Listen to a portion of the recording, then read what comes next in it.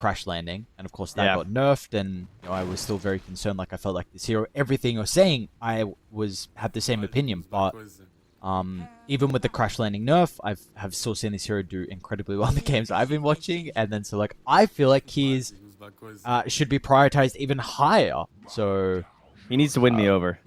Okay, I want to believe. I've just got a lot of backlog of hate built up. It's taking me a while to come around. Yeah, so we need a couple games. The double rapier, that was also maybe a little PTSD as well for you until he got the moonshot in that previous tiny game. So I see now why you were even more like frustrated at that pickup, because it was the tiny that went for it, and you weren't a big fan of this hero. I understand, it's making more sense now. No, it's just that I love the hero so much that it pains me. That's really the problem. Well, we'll see what difference he's able to do. Maybe has the buffs out of the Empower, but may also be running into a 5-man setup. They will be aware with the smoke popping. And let's see if they get the D-Ward as well. Where do we pop it, Jantar? This is always risky play. No? You're not gonna? Okay. A little boring. I want to see if he would get it or not. All right, Aries, I have a quiz for you right now because I couldn't remember this. And luckily, I know you don't have a monitor. Wait, hold on. I'll wait for this fight first. Then I'll quiz you. Oh? Wow, what a fight. Oh. It's such an even engagement. This is crazy. I'm in first blood. Woe runs down where... I don't know, you knew they had a ward there, and maybe you already thought they were setting up as well. I feel like that's kind of crazy to go for that attempt. But anyway, first blood's going to be picked up for ASAKURA. Now we get quiz time. All right, quiz time. Do you know what Brewmaster's Innate does? Because I did not until I looked. I'll admit it. Yes, hover over for me real quick. No, it cheater. 20% bonus attack damage. No, I had no idea. Yes. And when he respawns? Yeah, I didn't know it did it on the respawn. I knew it did something when he came out of split, but I didn't realize he had like a lion thing going on. Yeah, so you just feed. Thank you. Yeah. Yeah, I had no idea. I did not know you got 20% bonus attack damage for 30 seconds when you respawn. And we have Lion and Brewmaster together. Both of them getting buffs when they die. I see. It's genius. So is the buyback something that we need to take into consideration with these two heroes? Yeah, clearly. Yeah, this is the buyback lane. Boots of travel, buyback. So buyback boots of travel in, and then all of a sudden your buffs are... This is what wins you the lane or the game. I will say, I think Lions is insane. 20% spell amp and debuff duration for 90 seconds after respawn is way too long. That should be half duration. This hero's already good. Yeah, it's 90 seconds. And 20% debuff duration is crazy on a 3.2 second hex. I feel like, does this not get discussed enough? I didn't know this. No, it does not get discussed enough. It's gross. Like, it can actually make a big difference in late game buyback fights around Roche and stuff. I mean, 90 seconds even before that is a long time as well. Like, early game, like, it's maybe even like 25, 30 seconds you're dead for. Gives you a pretty big window to actually do something on the map still with the buff. Yeah, it's wild. Some of the innates are crazy. And then some of them are just, useless. But that's what we got to figure out. True. We remember the Enigma one yesterday, right? With the damage reduction. Hey, whoa, that is not useless. Okay.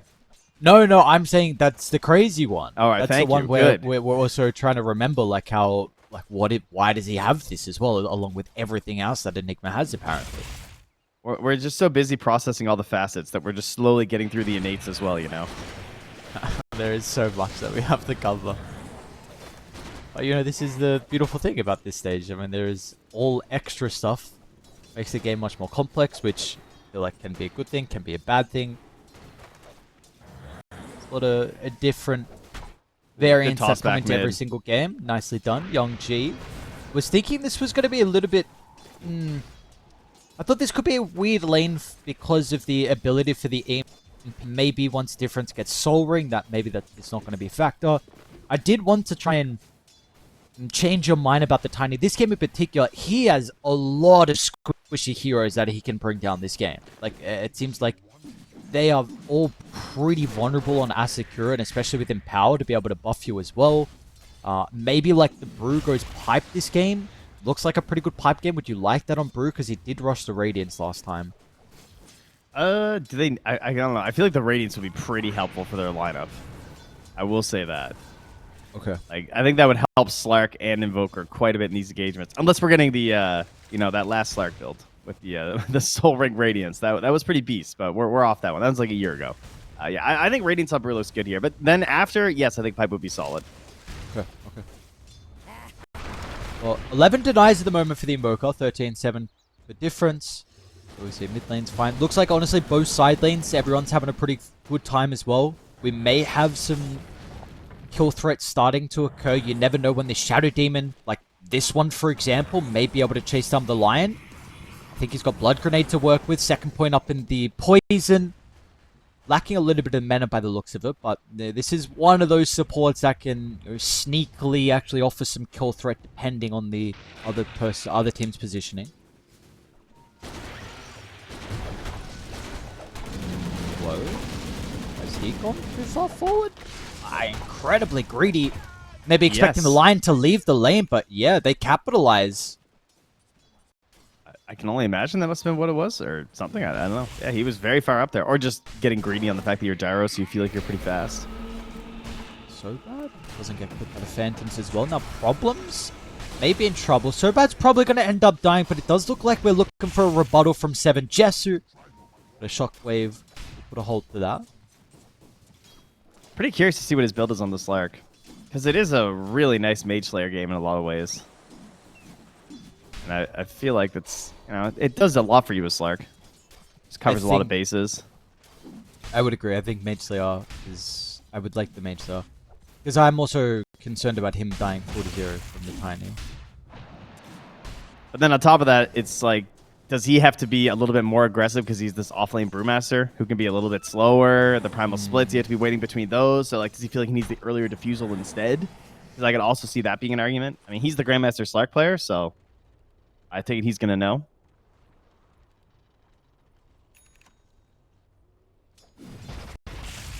Yeah, we'll see what the call is going to be here from Jessu. It does look like he's getting a decent amount out of the lane, which can be some of my concerns whenever I see a Slark. It seems like this hero has had some weaknesses in regards to laning stage. But 7 Jessu's fine. Everyone honestly is fine. So maybe we're going to start to see the lanes dissolve pretty early, especially around these power runes. It will be a top sport. Yeah, so I'm not going to go here. To the side of one move.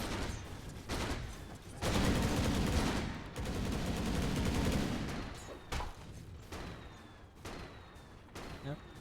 Not an active rune, so I guess maybe next time we'll have something that can cause some chaos.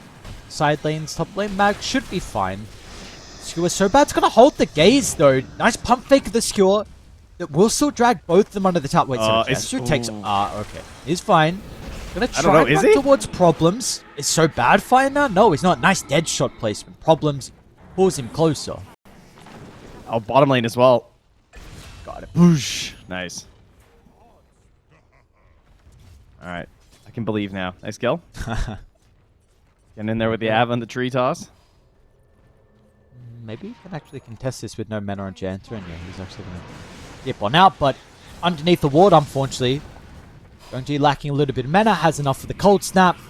Oh, nice attempt for the deny, but the Lion tanked it up. Well done from him as well. Yeah, that would have been pretty slick if he managed to get the deny there. Man, I wish he could go Orchid this game on 7 Jessu, but I feel like that won't go well for him. What are you seeing in particular with the Orchid this game? I'm just thinking, like, I mean, if you target just the Muerta or the Shadow Demon, maybe it could be okay, but the problem is, like, I feel like the Orchid doesn't do much for you versus the 3 cores. But if there was, like, one core that was vulnerable to Orchid, I feel like it would be a really nice Orchid game. So but yeah, he's currently got the Mage Slayer queued up, which I think is the best call.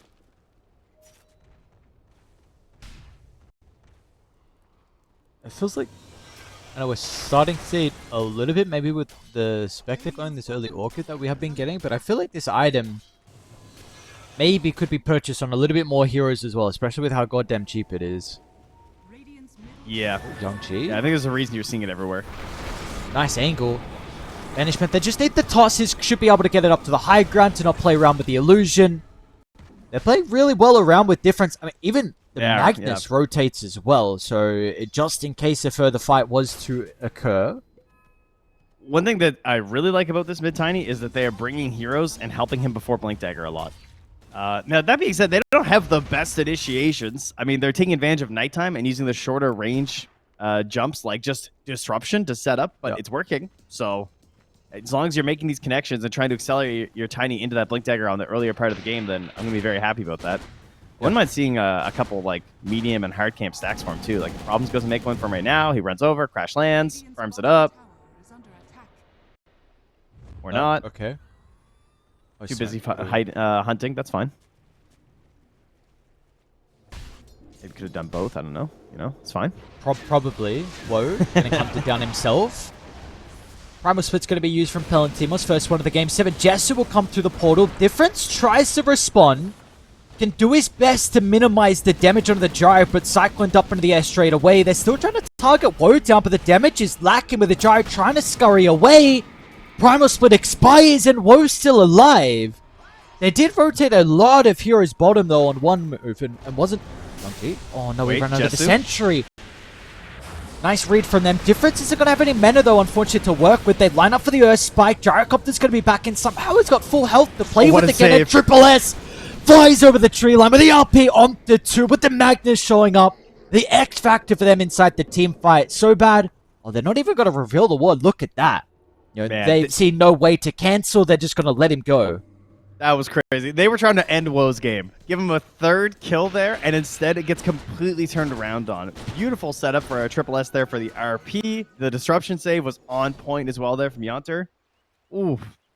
That just... It like flipped his game upside down. He just went from being like this bullied gyrocopter to getting so much XP. Everyone on the team getting gold, and they are not going to get Triple S either. He's out. He's out. How did the gyro come back with like 3/4 health? What happened there? Did they have the wand? I think he just got his wand back. To be honest, he just kept running and wanding. They were so close too. Yeah, he did jelly as well. It's true. Palantimos was 1 hit away from getting him too at the end of that Primal Split. Oh man, they got purged. They're at level 6 already. 7 Jesu tries to duck into the cover of the Shadow Dance, but that's not going to work out. You make an attempt on my carry, we'll stop you, and we'll go for our own play. And now this safe lane, it's incredibly vulnerable. This is a blink already from the Magnus as well, and that's not the only blink we're about to have shortly. Difference as well is 250 gold away. There's double bounty in a stack for him.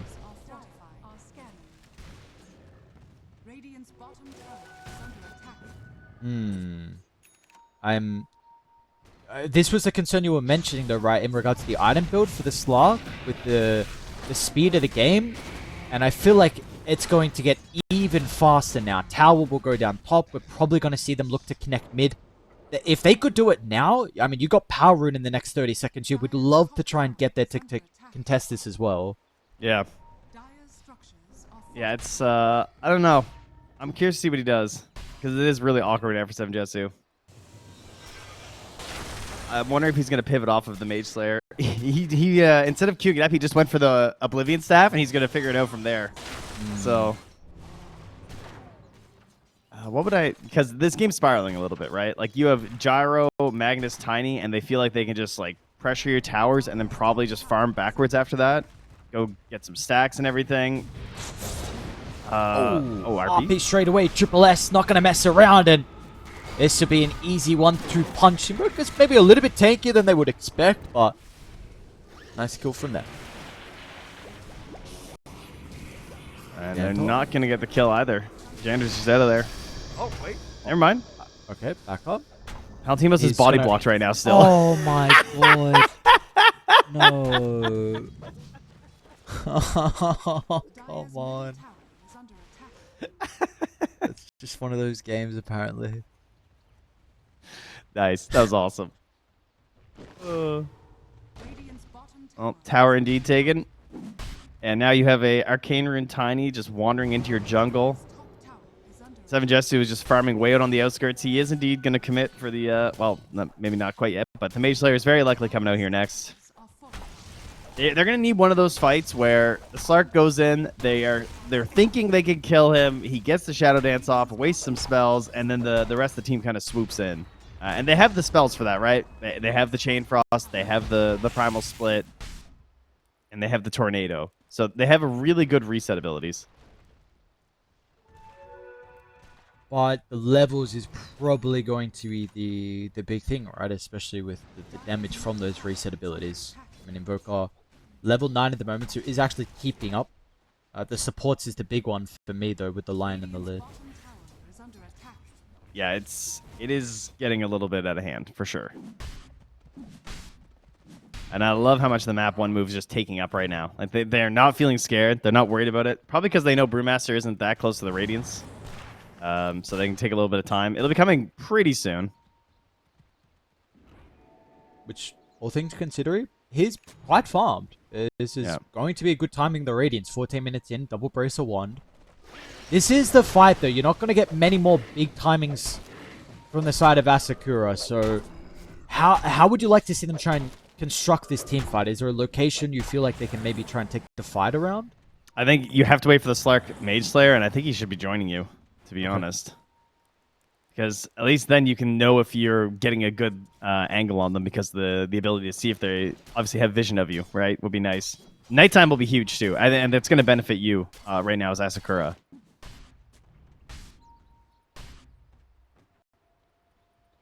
And both those things are coming up here soon, because Jesu could just farm his way towards them, perhaps. Mage Slayer's on its way. They're going to lose their Lich, but to be expected.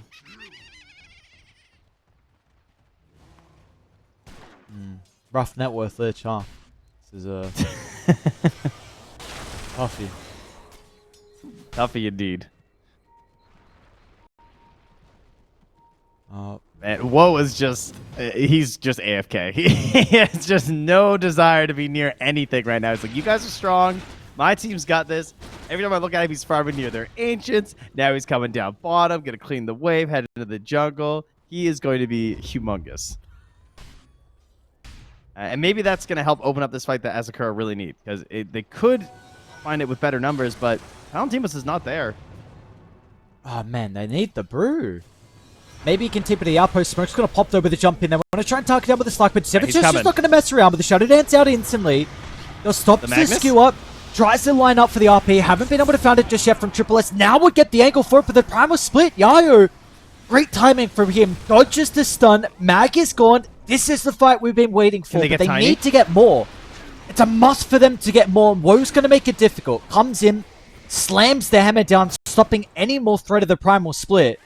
Maybe now there's an angle for them to then go back in, but Seven Jesu sees the Shadow Demon by his lonesome, stuck on the high ground. Alacrity given over. Difference over the jump in. Not enough nuke though. Seven Jesu, strength threads, Mage Slayer, lives on 10 health, jumps away the tree. It's going to follow him, but doesn't continue all the way. The Slark is alive. They got rid of the Tiny, and ASAKURA are back in this game. Oh my god. That must have been like 2 HP. By the time I clicked him, he was at 5. So that was incredibly close to losing your Slark. That's the exact kind of fight you need. You need some of this damage on this Slark. You need to bob and weave. You need the missed RP. Everything you could have possibly dreamed of manages to come through there for ASAKURA. And that's even with the gyro joining. Once that ulti came down to the secondary strikes, I was a little nervous. I thought, uh-oh. You know, they got their Magnus, but they got to bail out now. But instead, they get a 3 for 0. And that Brewmaster was slapping. He was hitting for like 200 and something after the end of that ulti with the innate. 260 or something. That's pretty ridiculous. I see. So right click Brew, huh? Just make sure you're clicking after those ultis, you know? Just slap. 20% is no joke. So what's the next item then? We going all right click. We gotta no, we're not going all right click. No, you just make sure you actually use your right clicks. Difference. Trying to get Palantimos. Might actually run into so bad. This game will continue to be a little bit more difficult. Woe's back farming. That's so huge though, they get this blink for the Lion. That's gonna make the fights a lot easier. I'm really curious to see what he does buy though on Palantimos, because he's a lot of gold right now, and there's so many different options. So we brought up Pipe before, right? Are there others you're thinking about now? I mean, there's Blink, there's Vlad's, could be good. He's thinking SNY though, so he does want to use his right clicks, and he wants to make sure that he survives through the initial jump. I don't mind this SNY. I mean, we know this item, like you said, the big thing, like surviving and status resistance is incredibly stupid. This hero has always been vulnerable to blown up 4-0. I don't mind it. Movement speed as well is quite nice on him. It is not your maybe teamfight utility that we would have been potentially leaning to though. Yeah, it's very light. Like, it's always going to have an impact. That's the good thing about SNY. You know, there's chances with your pipe with, like, how the fight shakes out that it's not going to be that useful.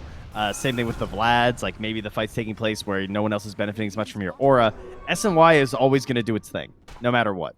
Look at Sobad just trying to feed right now and pop smokes. He does not care about dying. He is just putting himself in between his cores and the enemy team. That's why he's walking back there on that side of the tree line. Ooh, the difference is underneath the sentry. Thought he was okay with the invis. Pretty tanky though, 2300 health. Radiant are converging on the location. Shortly they're going to have all members nearby, but Palantimos cuts off the Magnus, so the threat of the RP is not going to be there. He had to blink away. Cordown's in a great location though. Look at that from Woe, but he's also on the high ground. Woe's position may be a little bit too far forward. Triple S is waiting for this opportunity. Look at both sides playing. The respect is there, making sure they don't clump up, making sure they don't commit, but unfortunately, a bigger ultimate was used in ASAKURA with the primal split. Yeah, that part of it is a bit disappointing for them, but good defense there from the one-move cores, just not giving up the Tiny. And that's going to help him finish up his phylactery, it looks like. So the nuke power grows now for the Tiny. And now the RP is out. Oh, good finish. Nicely done. Making sure there's no hope there with the dead shot. Fully chain stunned. Dead. No chance. And he's close. He's only, like, what, 900 gold away right now from the Aghanim Scepter on the Slark. Now they're getting an opportunity with him being dead. They're going to Roche.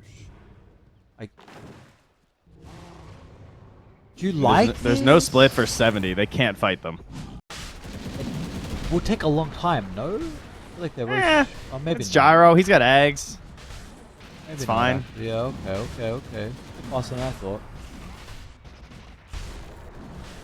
I think it's mostly just the Dire have no shot of fighting this. Slark's dead and there's no split. It's just like, ain't no way. Yo. 15 health or something, Lion 2. It's a nice, definitely a nice shot though for the Lich. We'll see what his playmaking he can do inside the team fight. Sanjin Yasha now completed from Palantimos, but you have the Aegis on Woe. Do you like the Aegis given over the Gyro instead of maybe the Tiny? Yeah, I think so. It's like, if the Tiny's in and he dies, there's a lot of ways that coming up on the respawn, as we've seen in a few of our games, would not look very good into, like, Lich, right? You know, like, if you dive and you just get caught, surviving seems unlikely. So I think instead being able to just siege engine with your gyrocopter is going to be more valuable. Force them to fight into you to blow up the Aegis, and that's going to put them in a much worse position. And the sieging will now begin. Tier 2 tower. Where we'll beat into. Looks like they're starting to play on the opposite side of the map though from ASAKURA. And even with the Aegis disadvantage, this net worth lead, it's not large at all. 2,000 deficit for the boys on ASAKURA. You will be playing into now also an Arcane Rune Tiny as well, which could be a bit of a concern, but you're getting your items on Dire. Yeah, I would think that they might think they're further behind. Like, if I was playing on Dire, I feel like I would assume we were further behind just because, like, the gyrocopter and how he's been playing his game. I don't know. Maybe Palantimos recognizes that he is really farmed because he's doing a great job. Like this SNY, great, going first into the Yasha, keeping the farm up, staying on the neutral camps. Every time you look at him, he's either on the neutrals or on the wave. And now he has the shard finished up here too, which is really good versus at this point in the game. Because what happens, and it's really awkward for the Brewmaster, is between the level 12 and 18, the damage grows really fast for everybody in the game. But for Primal Split, like, the health is still pretty low. So it's really easy for, especially for a gyrocopter with a Magnus, to blow up all your broodlings. You just lose, right? Yep. So getting the shard to make sure that you can actually cancel it early is a really good way to actually survive in these fights. Plus, it lets you use your belligerent innate at the best possible moment. Ah, I see. That was the ultimate point you used at the end.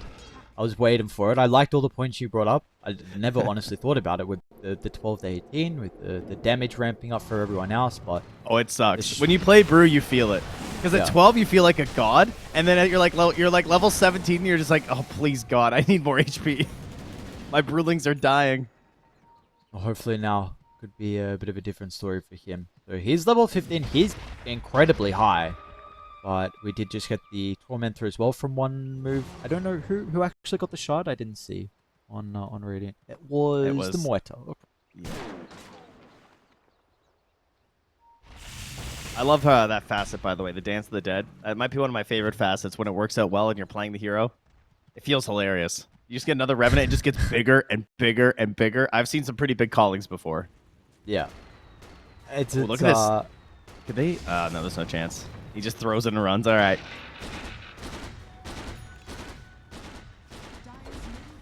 Another T2 tower by the looks of it will be Siege, and also another active rune as well for difference. AD. Moving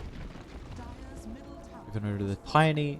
And they're sweeping across the map, but it looks like I really want nothing to do with it. You've got Nighttime up in 30 seconds. Aegis down in a minute 30. You probably would just give up the tier 1 tower bottom. Maybe you can set up for a defense of the tier 2. Oh, what's going on here? This is where there's value from Slark that we're not necessarily seeing.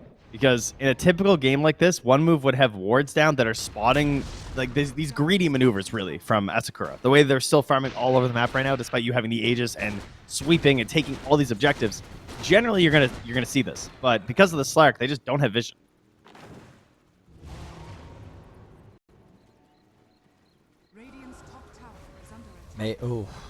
Maybe there's some consideration for a gem to be picked up. I know that doesn't necessarily help the Slark with de-warding, but they also then remove some of the vision game that ASAKURA are playing with. The supports are relatively farmed as well.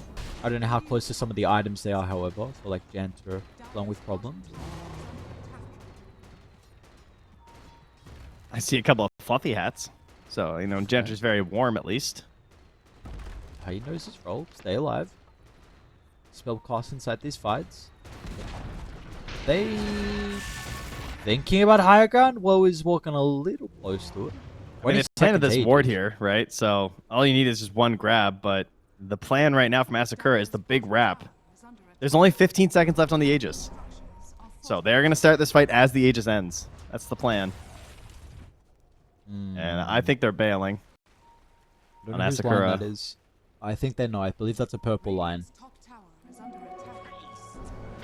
Gonna have the high ground advantage pretty surely. Aegis is out though. They'll charge up.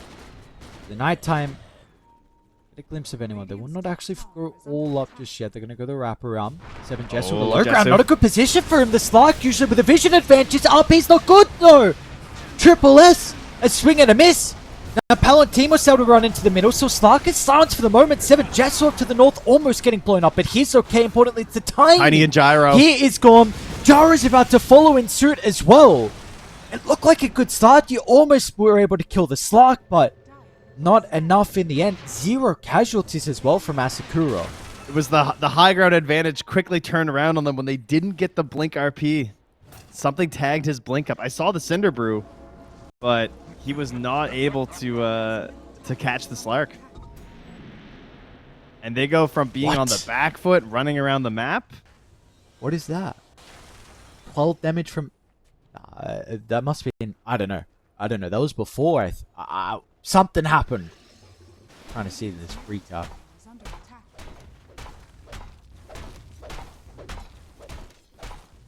Alright, ASAKURA, they're in a great spot now. I mean... Palantimos is running this game. It's so funny. We had this brewmaster earlier where he picked it in the game really early in the draft, and we were like, you know, I know he likes this hero, but it's kind of a tough game for him. Now we get to late in the draft, and he has just been playing fantastic on this. Yeah, he really has. He's been, even when the game early on was looking a little bit scary with the double blink we had from the Tiny and the Mag and the aggressive maneuvers we got from one move. Palantimos was still getting all the farm he ever needed. And now, his, back and forth top net worth, everyone's keeping up. I was going to say previously Invoker was struggling. Now it's actually Tiny. This has been your concern where, like his hero's scaling and keeping up, and he's not doing that at the moment. It's just one of the downsides of the hero for sure. It's like he's, 60 last hits, 70 last hits behind the... 80 last hits now behind the enemy Invoker, because... it just can't be your focus that much on the mid tiny. That's what ends up happening, is that you're hunting the whole time and you're looking for these plays and you're building these single target annihilation items, but then you miss. You don't get the kill, and then you're just like, he's such a one and done in these team fights. Yeah.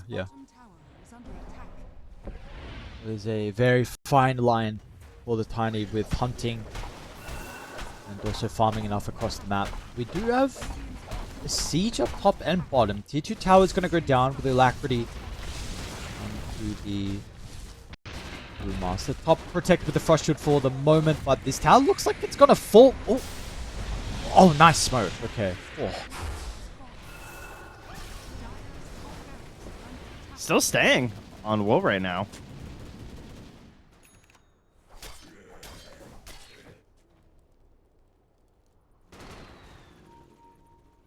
Okay, so with the level 15 talent on Brewmaster, he currently has a brood up of what? On the stats resistance. 3.5x. So combined with his S and what is his stats resistance? Palantimos. Right, we'll figure that out. Oh, Moita's gone to start the fight with the backline as well. Importantly, 7 Jesu, it's not going to matter because the RP is good. Triple S finds some cores, but the damage is coming in too slow from Woe, the flak can, and they're not going to follow. Everyone's pretty weak on die, but they're unable to capitalize, and Palantimos is still yet to use the split. If the fight has already gone this good without the split, just wait until what's going to happen now with it used as well. One move they need to get away. Difference is not going to be able to. Woe as well is stuck in the middle. Triple S is just watching on the side, but what can the Magnus do? He's already blown his load with the RP, and nothing more will be had. Nice jump. 7 Jesu, perfect placement. Also going to be able to catch Janto on the TP out. It feels like they're just not concerned with this damage from the gyrocopter. You know, he doesn't have a crit. He's got these like middling damage items, right? He's got Falcon Blade, Dragon Lance, and an Eagle Song. He hasn't finished anything big. So his damage is kind of awkward. Like they're trying to rely just on the Empower. It's like trying to use the stats to then get the bonus damage, but it's not there. Like it does not look frightening at all on this Slark. Like I'm seeing the flat cannons hit, and I'm like, yeah, this guy's like 30 armor, and it obviously is building and building in these fights. And it's getting even easier now. AC completed for the Brew. You're probably... Perfect choice. Yeah, it's a great choice this game. Really like the item. You're going to be in a position to take Roche as well by the looks of it. I mean, 30 seconds. They're starting to set up bottom.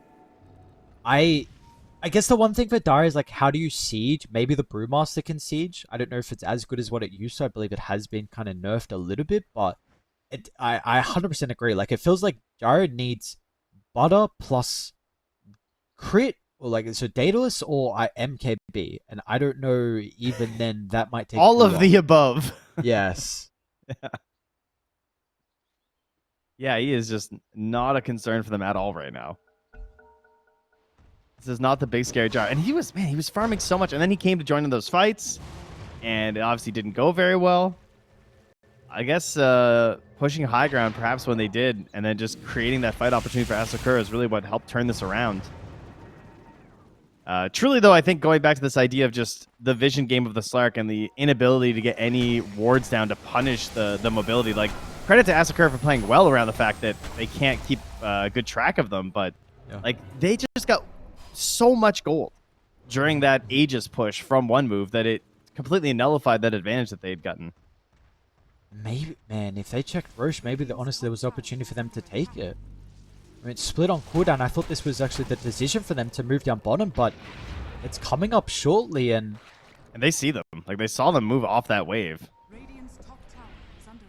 feel like there was really a big opportunity there. Split is now available. BKB on 7 Jesu, level 20 as well. These fights have not been looking good, and you didn't get any recent items. Problems drew the exact same line that Jesu's now drawing. So like, they feel like they're making this play. Now they know. Oh man, this is not a good position for them to be in. Oh, this is not good. You are stuck here, and Palantimos, it looks like they know it. Smoke pops instantly. 7 Jesu jumps over. You are stuck. Live here or die, and they're gonna live? What? Slark died. How did he get the BKB off what just happened? It's no help. Palantimos now along with Young G, but they are still stuck and the Chain Frost is just tearing them apart. Woe is nowhere to be seen. He's trying to scurry away to the north. This was your backs against the wall team fight to try and secure Roche. You killed the Slark at the start, but somehow you were still unable to come out on top.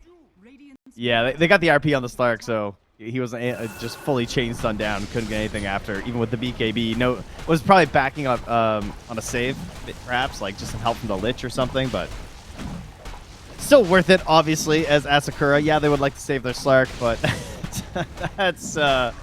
that was like a Dota horror flick right there. Just like getting backed into the corner of the map between Roche, and you just hear the primal split be popped as you're just stuck in there. That was terrifying. And there were hopes, though. There were hopes with how terrifying it was looking. The fact that you blow up the Slark, and then you see the Chain Frost not stopping, and then you see the Brewmaster, like you said. You hear the split, and then you're seeing his damage. Now you have Aegis on Invoker. And yeah, what a shift. Yeah, a big shift, a massive shift. Your concerns for the Tiny is really coming into play. This dude is not scaling like they need from him. It's a sad sight, you know. It's what he does. Jesse wants to keep up the pressure here. Gonna find Woe. Lost his butter. He might lose his life as well. BKB has to be used, but I mean that's tier 2 and Tormentor they can just steal now. Okay, Jander's gonna throw some poison onto it. Alright, let's see. Oh, he did it. He actually did it. No way. We were like, I feel like we were angling like, yeah, dude, sick. Like, this is so ambitious. There's absolutely no way. Like, 1% chance. He gets there. They check with the sentry. Like, you got ward or something? How do you... He's just too good. Game up. All right, nice play. Steals a shard for the Tiny. Triple S just got Wisdom Rune as well, so level 20. Difference getting hunted from Young G. And still not close to the BKB as well. Haste though after Tornado means he will be okay. Lucky rune. Yep, the rune of invincibility for sure. Oh, is this a Satanic for Palantimos? Gantor?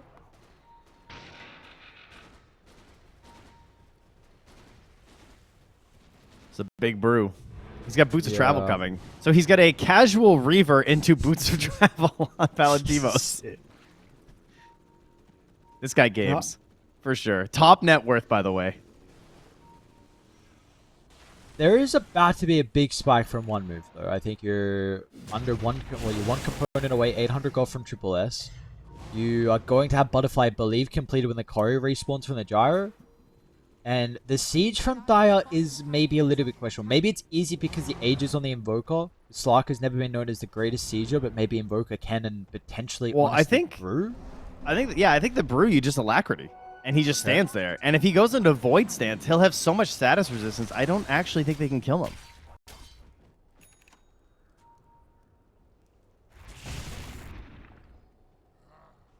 Well, that will definitely fix some of their issues, potentially. And unfortunately, they do not have a Frost Shield, but... still like to see them really dump everything they can into the Magnus. Getting close towards the Scepter. We, of course, have the possibility of there being the instant Hex or Frost Shields, sorry, or Sinister Gaze, so... you'll have to use BKB on the Skewer back. Yeah, what a time to get it, though, you know? Enemy team gets the lead, they're thinking about high ground, and you manage to get in towards the Horn Toss. Oh no, he needs to buy the item. Okay, you got His friends are so far away right now.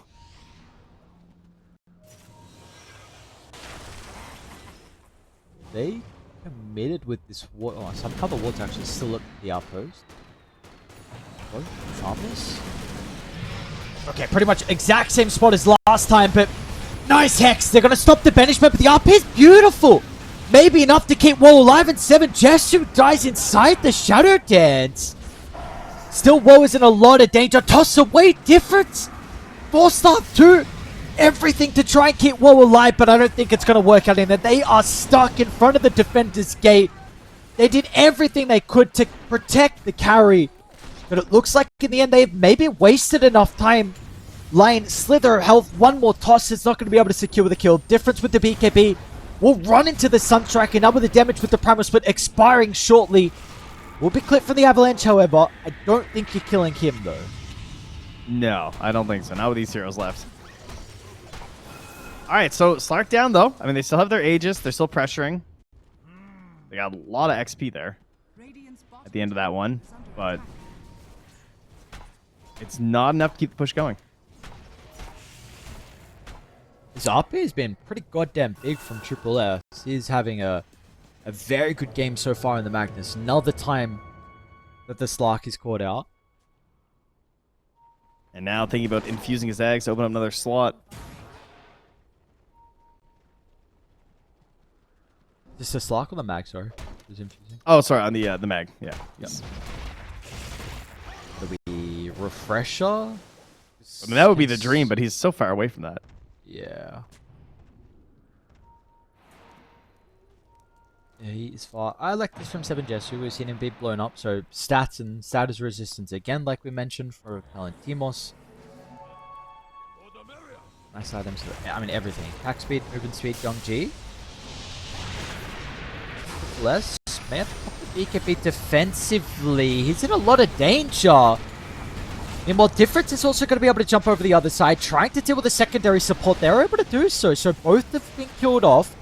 Palantir was fighting without the split for a couple more seconds. Meanwhile, 7 Jesu has also isolated Jansa, but the Shadow Demon stuck outside the base with a bash at a nice timing. Slark's going to get some assistance flying in as well, so we're 1 for 2. Oh, careful now. Problems. Adelson, bro. Yeah, he just finished the Plasma, too, so he's moving up fast on the damage charts right now. That is a lot. Oh, well, he's caught now. Atos and an RP as well, and yeah, you got some damage, but you're not going to have health to protect you.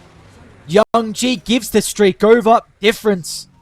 Dude, Is that a bit of a difficult game? Yeah, yeah. Give it, please, Gyro. He needs it so bad. He's buying a Hurricane Pike on Woe right now. That is not what I would have expected. No, not at all. I would have thought he was going to swap the Dragonlance out for a big item. What does he do now? Sell the Falcon's Blade and go big item? Big damage, I guess? I suppose.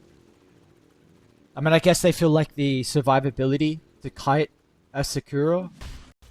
But I feel like the damage is... I think we're both saying this, that he really needed some damage item. Yeah, not this time, though. I did see that we just got a Havoc Hammer, though. Onto Palantimos, so he is really tanky. He's 102 HP regen with his heart and 4,400 health. So that's kind of crazy. What's the 25 brew? I haven't seen this guy for a while.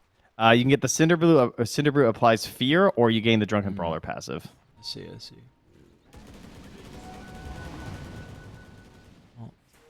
Boy is huge. He is currently by himself. I don't know if this is the person you want to try and blow up, though. They're going to try. All or nothing onto the Brewmaster. Let's see if they got the damage through the heart. Palantimos is falling down. No! 450 health. He gets the split off, and whoa. He'll be fine, though, importantly. Perched up, trying to escape. This Primal Split, once he pops out, is the heart regen starting to tick through. Difference gets a nice combo on the backline with the tiny...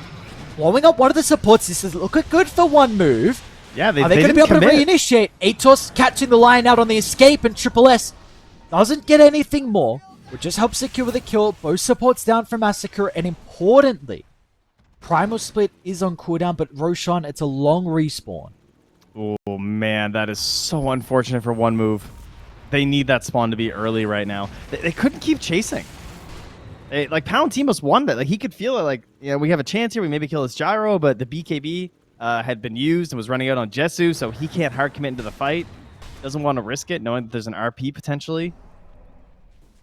And so they just kind of lose their supports and back away there on the side of one move. Classic Dota, where it feels like the team who is forced to like pressure or is trying to be aggressive is also the one that's kind of being punished a little bit. And we have entered the 50-50 win probability there. Might have another fight. So. Yayu again. This time no split to be able to escape. But he does have 7 Jesu nearby. Going to be able to drop the depth shroud. RP back up from Triple S, connecting onto both heroes. But the Chain Frost, that's the big ultimate. With the BKBs on cooldown, So Bad's going to be able to turn the team fight. They'll catch up to Woe. The Jar is gone. And so too is Triple S. Tip him, tip him. All Lich, baby. Oh, dude, that's got to feel so good. He's got 9 deaths. He struggled so much in the early game. But late game Lich, level 20. Big ultimate from So Bad. That was ridiculous. Gyro was so close to having his BKB back up. It was like 7 seconds away. I mean, you're coming to the fight. You know you have this idea of trying to fight without the primal split, but of course you're also missing a few things. And no BKB really destroyed him. He had the spacing on Gyro. I thought maybe he could just sit back there and casually help destroy this fight, but So Bad ensured that was not going to happen. And also, Youngji was laying into him with all this Invoker damage. Abyssal Blade now as well, slotted onto 7 Jesu. If he just jumps onto Muerta or Magnus. And importantly, Refresher as well. Oh, again, So Bad. Unfortunately, that banishment ain't going to do a whole lot there. Problems is gone. And these buildings are falling. Palantine are still with the top set. He's gone mid as well with the Primal Split. Refresher completed, so he's not concerned about his cooldowns. It's just Megas. You're going to buy back now, but is Gyro getting back in? Triplet's going to try it. Tornado actually clips him. What a placement from Youngji. And Megas is up. This has given them enough time to secure the objectives and get out with 0 casualties. And they took not only that, but multiple buybacks expended as well. They can also go for the Dire Roche. It's going to be moving up there in 30 seconds. They can get themselves an eggs. Can I get a Primal Companion? Feel like that will not be the one they give us. It'll probably be... it's a Lich Axe. I think Lich, yeah. Let's do it. Is that the AoE Sinister? Oh, yeah, it's the good one. Yeah, it's the Turbo Lich. This is why Lich is in every Turbo game. I learned that for Crownfall tokens. Like, why is Lich... This is before Lich was good. It's like, why is Lich in every game? And I saw them all just rushing eggs. It's like, oh, I understand now. Turbo are the meta definers. Yeah. Where it actually comes in. They work it out beforehand. Oh, this should be free. I mean, it's kind of coming out of the base, but against Megas, you're not really going to be able to get there. And this is also now, like, honestly, how do you win this game against the Brewmaster with Megas? You can just split, run down. You're going to have, like, Invoker also potentially Alacrity sieging from afar. You have to take a fight outside the base. Oh, man, So Bad's getting it. They left it for him. Wait, So Bad? Guys? Eggs? No? Hello? Guys? Did no one tell So Bad? All right, that's cool. We don't want the eggs. That's fine. Is he going to Refresher?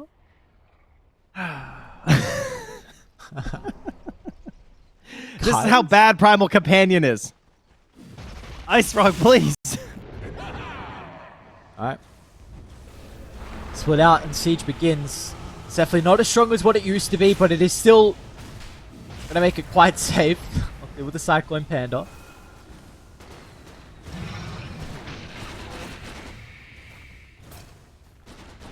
Not bad. Decent chunk of damage onto the tower. And they can do this for the next 5 minutes if they want to be safe. I feel like they want to end the game now, though.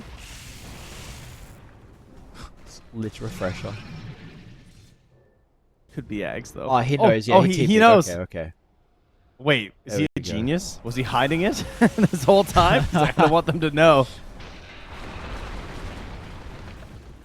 BKBs is now a very big thing that we need to be looking at for Radiant.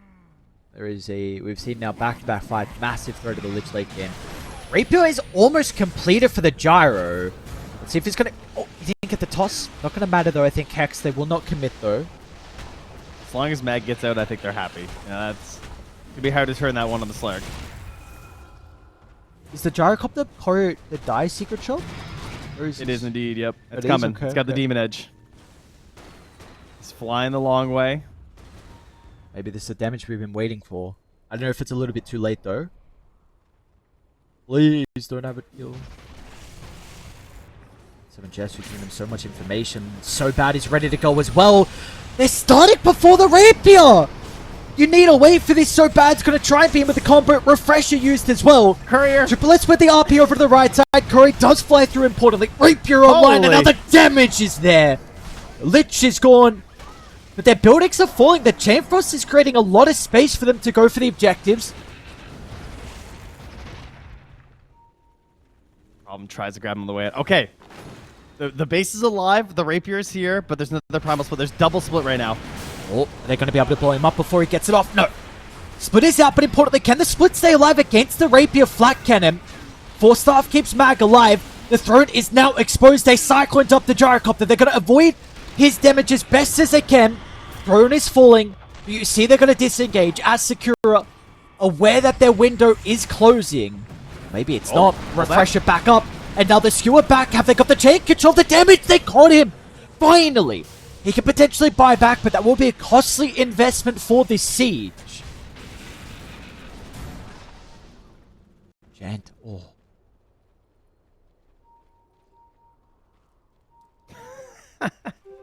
Okay. They're ready. Oh, we're getting some crazy games so far. We are. This is great. This is an excellent match to start our series here. I can hear the pitter patter of my children's feet upstairs at 7 a.m. now. So they're running about, you know. This is They're good. getting hype. Yep. Yeah. The energy, you know, it's transferring through the home here. Adrenaline is pumping for some of the players as well. It's a long run home for them. They're going to have an opportunity to play in a qualification series. We've got to keep in mind, though, there are no grand finals in Eastern Europe. It's 2 slots, so not as far of a run, but it is still going to be difficult. This is the starting point. Maybe this is that momentum. One move if they can get a comeback in the victory base. here. Oh, Jesu. Yo, He used not both enough. his jumps. He's got ages for 50 seconds at least. Ah, Jesu's still here. How long? Jesu's still here. BKB hasn't been used as well. He's going to have it for the next life. What do they got?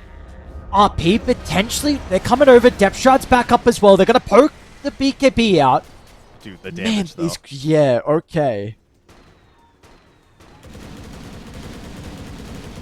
That's going to make you think twice, I feel like. Triple S? Ooh. All right, Palatimos is back. He's TPing bottom. He's got 6,000 gold and a 2,300 surplus. He could go for a blink if he wants to get somebody that just like changes the way he can fight. He could go Moonshard, which would be really nice, I think, actually. True. Just try and end the game. You don't need survivability, right? Like, there's probably no Aeon disc. That would be fine, I think, because there's no nullifier, right? I mean, there's Shadow Demon, but... Getting close to Scepter as well as the Shadow Demon. Importantly, Refresher as well from Triple S. What's the buyback status? I believe the Mag's on cooldown. Yeah, only Mag, Muerta, and Lion are on timers. Okay.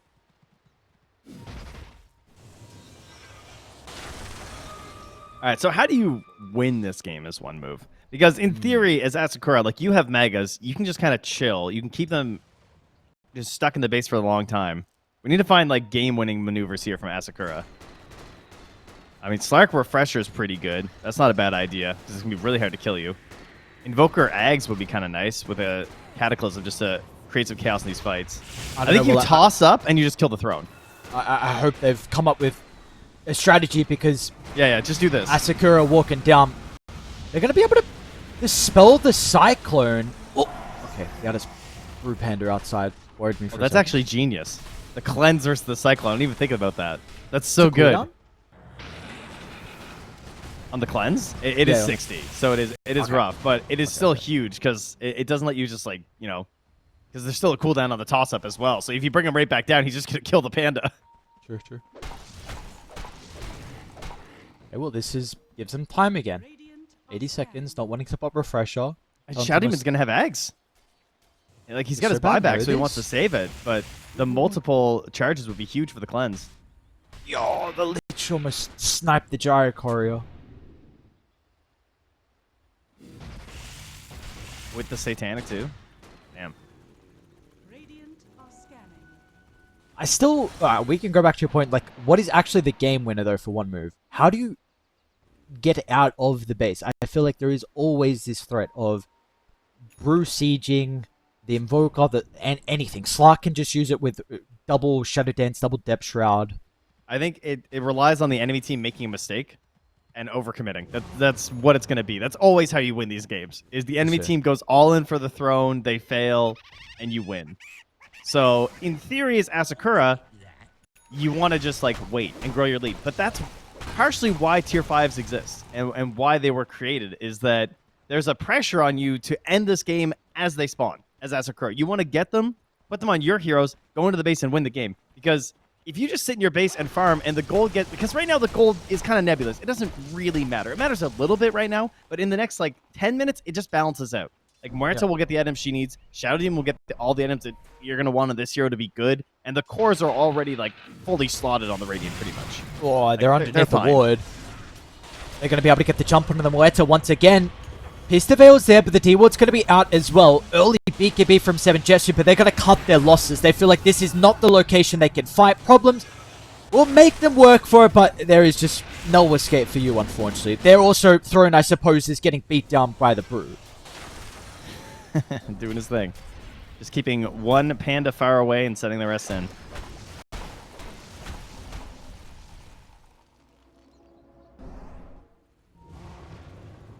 And Muerta does survive, though.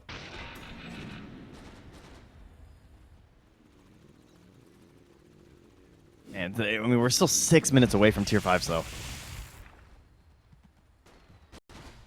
So it's a long time to wait for ASAKURA if that's going to be your game plan, but I think that's it. And of course, we also have to just keep our eye on when the glyph actually gets used and how they can play around that. Very true. So, I mean, they'll have their Aegis. They'll probably try one more time. I guess if it's a long spawn with the Roche. Oh, it's not. It's only a minute.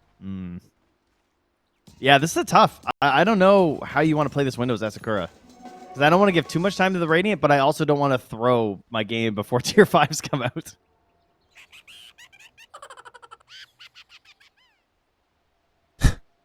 I laughed. It's so funny.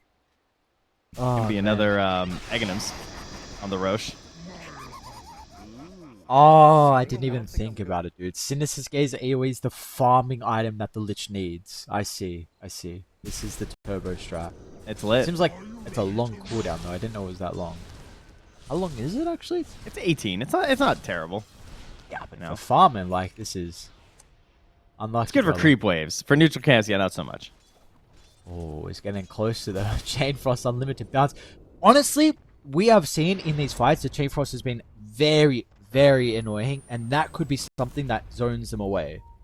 Because they've had to respect like the Chain Frost and make sure it doesn't continue to bounce. And then if you're pushed away from defending your throne, and all of a sudden,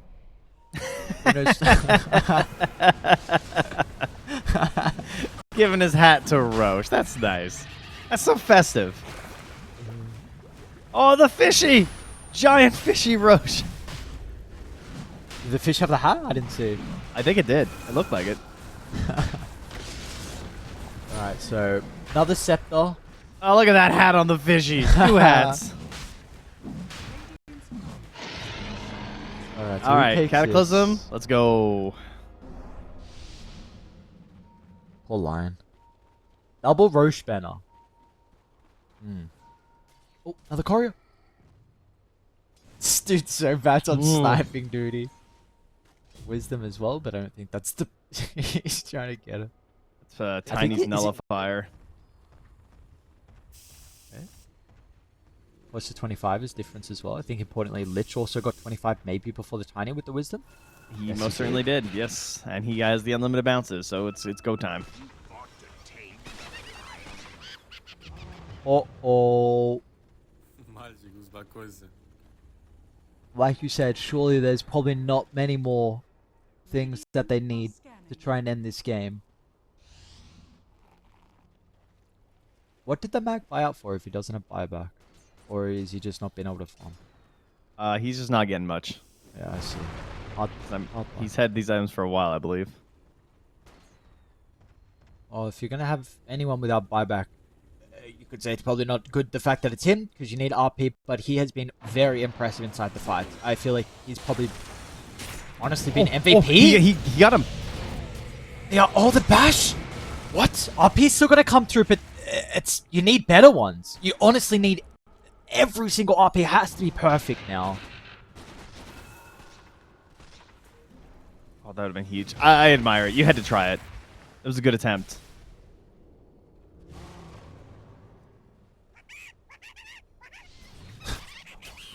I can't take the laughter seriously. I can't take this seriously. This is good. This is a good idea. They're just laughing at them. That's the best one. That one sounds like the Chipmunks. Oh, Jesu? Poking?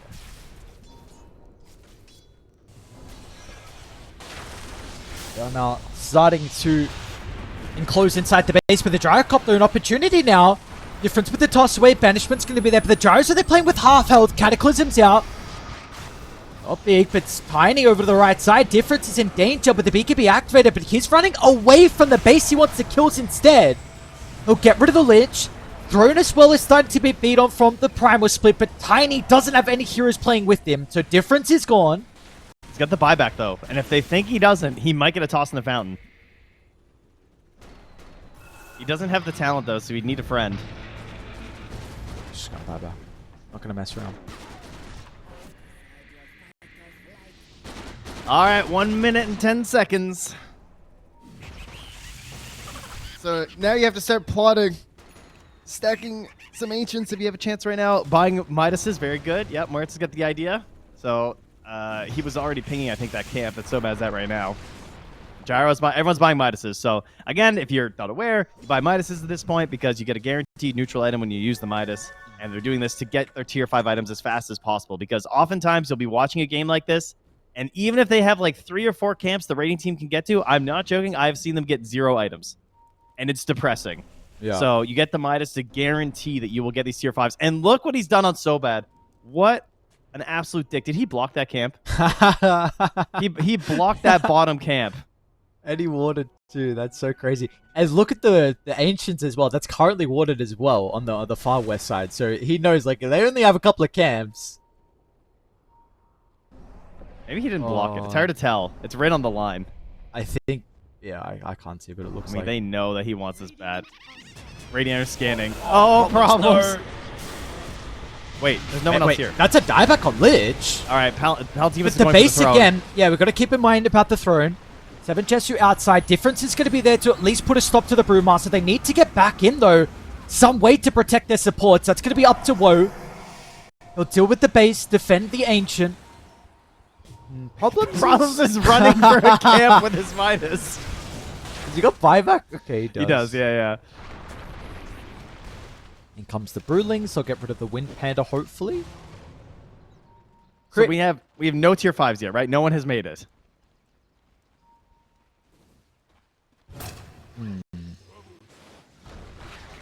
Dude, that's so funny. All right, nothing for the Invoker. All right, first one, Pirate Hat for 7 Jesu. Hey. Altimos grabs 1, too. Man, they have successfully defended the tier 5 neutrals, though. That is impressive. Oh, God, so, the Giant's Ring. Sick. So do you need Midas and, like, Shadow Blade now on Radiant? Apparently. Like, you need 2 items now to get... All right, they're going to smoke one. That's Ninja Gear. Okay. Hey, don't kill him.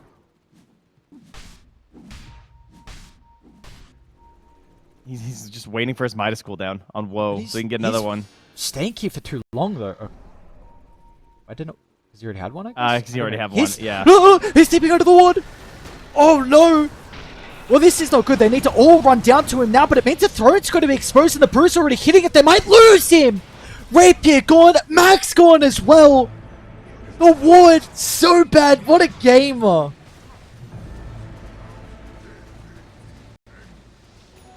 Oof. Yeah, that was a little greedy. I mean, I get it. You need the tier 5s, but that's a painful way to lose your Rapier. Who has it? Does Slark have it? I don't see it.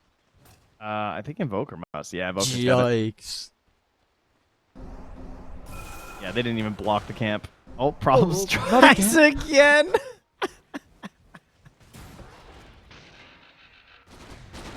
He just wants it. You just can't get it. All right, we got Force Boots. Oh, no. Gyro did get the Stygian, which is at least nice in terms of not having a rapier. It is, but with him buying up for the Midas means he's far away from the rapier. Oh, interesting bastard choice here from Palantimos. Bro, this guy's huge. Holy shit. He's very large and in charge, yeah. Well, problems got out. Took him a while, but he's made it all the way around, and no one has been here for a while. So he should be able to get the last neutrals. Which will be just their second. 5 out of 5 are finished now for the Dire. As we get a Giant's Ring on the Invoker. Mirror Shield. There we go. There's another neutral item sent home. Problems is sending them back. On a mission here. Giving his team a chance. Come on. Get lucky. Alright, Pirate have the time. That's really good, actually, because that might get the Rapier. True. Actually, they may not have time, though. Problems also may need to TP back with the smoke up inside the base. They're going to go for the Magnus. But Blesser's got time. Pops the BKB. RP onto the Brewlings. They're not going to have to damage her by the looks of it without the Rapier. Palantimos is okay. 7 Jester with the backline, trying to create some chaos. The throne, it's just falling too fast. The Alacrity Rapier on Young G. There's the Glyph, but as soon as it expires, they're going to go all or nothing onto the side for the Sinister's Gaze. So bad, no way. Controlling 3. The Lich has been the X factor in these past couple of team fights. So bad, struggled early on. But he has made amends and given them a Game 1 victory here in our first series. Oh, that's a nice clutch up there. The coverage on the camps there. They were... So we get the opportunity now, and we get to see the different facet as well with the Alpha Wolf. So this is... Let's see what he's going to be able to pull out. I do want to stick a little bit more on the Lifestealer. Do we think this is as good of a Lifestealer game as what we saw yesterday? I mean, maybe. Is it arguably better? I think it might be better. Okay. I think the one thing is there was nothing that dealt with Rage in the other Lifestealer game, where in theory there at least is the Demonic Purge in this one, but it's still another game where Rage is... It's pretty good. Like, there is still Rage TP, for example. Yep. I think my concern with the Lifestealer is just I don't think he is as good of a carry to address the and I don't think he protects the supports as well as someone like a Terrorblade. I know there were other issues with someone like a TB into Tiny Nuke and Shadow Demon, I understand that, but I just think overall in what the carries would have provided their supports inside the team fight and being anchor around, maybe you can do that with the Tide. So we'll see. This is a very interesting position on one move, up on the high ground and the low ground as well, but they will not be able to utilize the potential pincer. Yeah, that felt like something, but they didn't want to pull the trigger.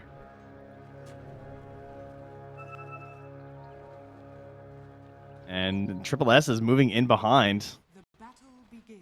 He's not going to try and battle up the Clockwork, though.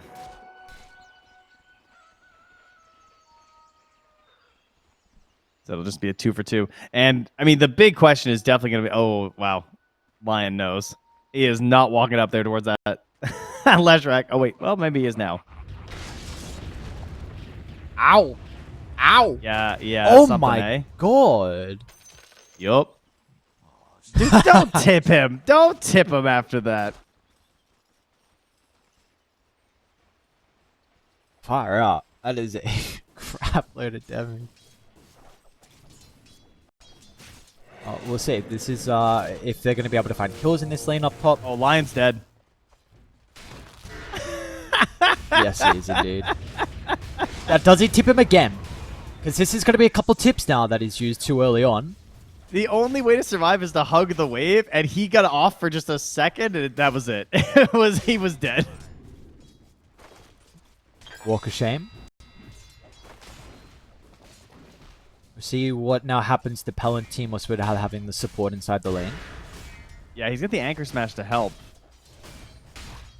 I'm surprised they're not just going for it.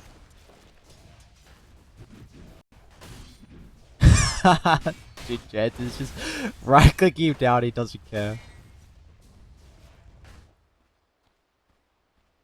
Okay. So, will be a lot of action up top. And trying to think. I feel like bottom there's also some potential as well for some cute plays. We'll have the banishment, the wolves as well. Maybe the Clockwork could be a little bit frustrating just with the battery assault. I don't think 7 Jester is vulnerable. I do have some concerns that maybe the Lifestealer gets zoned into the jungle at an early stage this game. You know, maybe a rotation out of the Tiny can help. Yeah, that could be good. Speaking of the Tiny. Ooh. Oh, let's Okay. go. He hits those. Looks like she took a lot of tower damage previously, I think. Or was that creeps, sorry. It might have been creeps, actually. Top lane. Yeah, she was getting worked by creeps. Palantimos. Now they're going to try and go with the edicts. Lion's doing his best to try and beat back into Janta, but Janta's still got some sticks. Are they both going to live? What? Oh, we got him. There's revenge. Tip him. Yeah, you got to tip that. That's 100% you got to tip that. Don't be the bigger player. Actually, he knows he's going to still make some more big plays as the game goes on, so he's just waiting for them. Saving it, you know? Yeah, yeah. He's got confidence in himself. There's a blood grenade on this ledge rack. Kind of scary.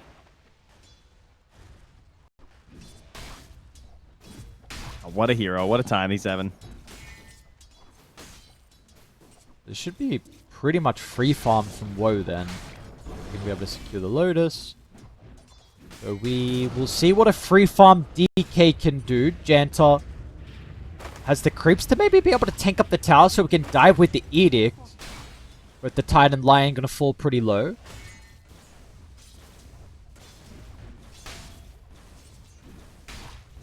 There are creeps here as well for the pull.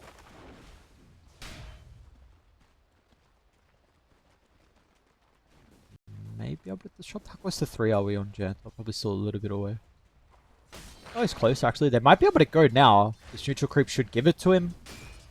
Unless they soak it up. Oh, it's close, but not quite. Yeah, too many heroes. Woe may be lacking him some mana as well to potentially start with a Dragon Tail. He's got one actually. It could be an opportunity. You see, there's a massive creep wave, so maybe they won't actually be able to go for this. Definitely a learning experience, you know, making sure they're staying near the creep wave, making sure they got the positioning all the time. They saw how fast they can just quickly I mean, right here, this looks bad. And it does indeed. Lion, he's going to do his best to tank. I don't know if you want to be the one tanking it, though. But it has expired. The right clicks is going to be the thing now that can potentially get the kill. Not enough, though. Doing a really good job to hold the resources on Radiant, stay alive versus the high damage. It is taking away from the last hits. Well, was so busy trying to deal with this, but now they're coming right back with a stun. Well, he's just hoping to get lucky. I think one of those hit him. Oh, yeah, now they're all hitting. Yeah. This looks so annoying. This is a cool combo. This DK Leshrac. They're going to get the pull off too. So we'll have a little bit of time. We'll take a look at how some of the other lanes are shaping up, and then the action will break up it again. Top, bottom. There's other lanes? No, there are indeed, apparently. What's bottom? What's going on here? I think the last hits is a little inflated because of the cogs that Triple S has been getting with the help of the Wolves. Yeah, net worth-wise, it is 7 Jesse on top of the board. Pretty tight between most of the cores here. Yeah, Mr. Palantimos, the only one who's kind of suffering a little bit. A couple 100 gold behind. I guess the issue with how aggressive they've been in the lane means that the Lion hasn't really been able to make any stacks as well for Palantimos to catch up, who might have an opportunity for Janta, but nice timing out of the Dragon Tail. Janta's able to step over the right side. Mid lane as well, though. Battery assault. Problems? It's going to be okay. Okay, back top. This action will not stop, apparently. Oh, bit of a miss. Maybe the stun connects, honestly.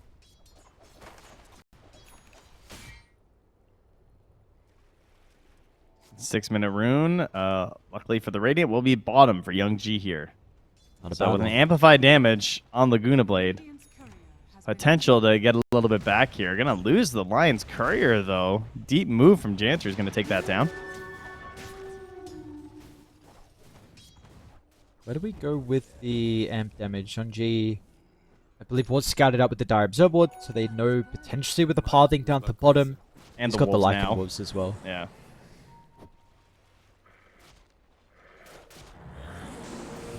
So bad. Might actually have an opportunity to slip on through. Top lane again. With the dive, creeps been helps it. Wow, what the hell? Like, could have played some serious amount of damage, and unless he keeps getting body blocked, okay, will not want to continue chasing down with the DK. I mean, that was deserved, let's be honest. Yeah, he's been kind of bullying this Tide top lane. Tide and Lion too. Wisdoms are going to go 1 for 1 here as Lena's going to do a little stack on her way by. But 2 heroes who really need the XP as supports the Shadow Demon and the Lion, so be helpful that gets secured. Difference tries to make something happen here up top. Well, he might, yeah, he's going to get it. Oh, wait. Okay, that's where the damage comes through. Just waiting for the Lesh, who may die though. Lena's still here. Laguna Blade, unfortunately, not available for another 20 seconds. And he's kind of speedy. 420 move speed here, nighttime with the brown boots. Wow, that was a crazy banishment onto Jesu. There was no hope of you getting the kill there. Maybe problems now? I mean, Sobat is also getting chased down. Difference is to bottom. So top to bottom he goes, showcasing that he's really wanting to get active on the Tiny. Unfortunately, not the one getting the kills though, which may be a bit of an issue. I'll take it though. And now another grab here. Okay.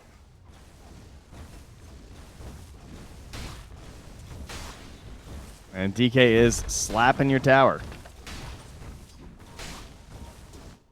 So I think the one thing that I was really impressed by when I was seeing the Leshrac support is how versatile your item build could be. Do you have any preferences on what he can itemize this game on the support Lesh? Oh, well, hold on now. We got Disruption into Tiny, into Leshrac. I think that's a dead Lena. Shield Rune's going to be activated. Maybe that's enough. No, probably just not maybe. in the end. But the Edict tries to step over to the right side. Triple S will pop the ultimate just in case the Lifesteal even thinking about TPing in to offer the bonus Infest health, but we will cancel that one, seeing that it is a lost cause. So Tower's probably going to go down with the drums from Triple S as well. It was closer than I expected. That's for sure. In terms of the Leshrac, I think obviously some games Yule's is really, really good. There's not many opponents that's good versus this game though, so I don't see the need for it right now. You think about like your axes or heroes that like these big initiations, it can be really solid. The Force Staff is always going to be good versus Clockwork. Currently, he's thinking about a Blink and a Glimmer, so he really is putting the focus on just like how much damage he wants to output. So he's thinking very much in the aggressive sense with this right now, as opposed to helping his allies. Because he has great heroes to be able to play with the Blink, right? Like Tiny to follow up the DK, maybe not as much. We'll see what the build is honestly going to be from the DK. Sometimes we do get the Blink from him even in the carry role. Yeah. I also like the Force that you were suggesting. Don't hit the Glimmer at all as well. So we'll see. Yeah, Blink. Again, I think Blink plus Glimmer, I think, is a really good combo because it lets you just go in, invis yourself, and you can also just like play it a little bit loose too. Because if you die, it's like whatever. You're kind of giving vision for the jump in from the Tiny and the DK anyway. Plus your damage is going to stay. Yep. It still stays when you die, right? The Edict? Yeah. Yes. Oh, maybe yes. I think it does. I believe it still is. Yeah. On And I don't remember it around your changing, so presumably it still does. I believe that was a yes with the observer going up and down. Oh, thank you. Of course. Thank you. Thank you, Patrick. Yes. Okay, that is. So, let's see how they look to try and play around bottom, though. This has always been the big thing about the Lifesteal being able to play his lane for a long period of time. They are wanting to shove him out, though. Difference. Tossed in at the Leshrac. Woe coming through the portal. Oh, the cogs. A little bit awkward, but Triple S unable to catch up to Clockwork, but this is a kill onto a carry into an objective. They are doing really well with this lineup. I've always wanted an in-game chart for hero damage. Just like we have, like, buyback stats and stuff. Because I would love to see how much damage Yanter has done right now. Can he get out? Like, this is such impactful damage this early in the game. He is just roaming this map and edicting everyone over and over again. And somehow escaping, by the way. I don't know how he gets out there.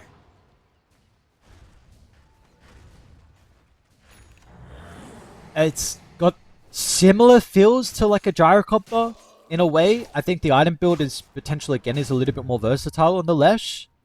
I do wonder how his mid-game fights look, though. Similar to, I think, what I discussed yesterday with my concerns about gyros, like your team fight, it can be very difficult against like BKBs and pipes, and I wonder if that could be the case with the Lesh Triple S. He really the drums. Yeah, Young G bailed on him. Oh, I don't think the toss didn't connect because the cogs or something. Okay. And so bad will still die, but you get Triple S, okay?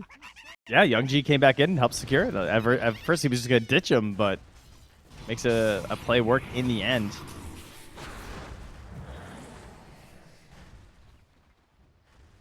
All right, Palantimos, lowest of the cores right now on this Tide Under, not looking like his Brewmaster last game.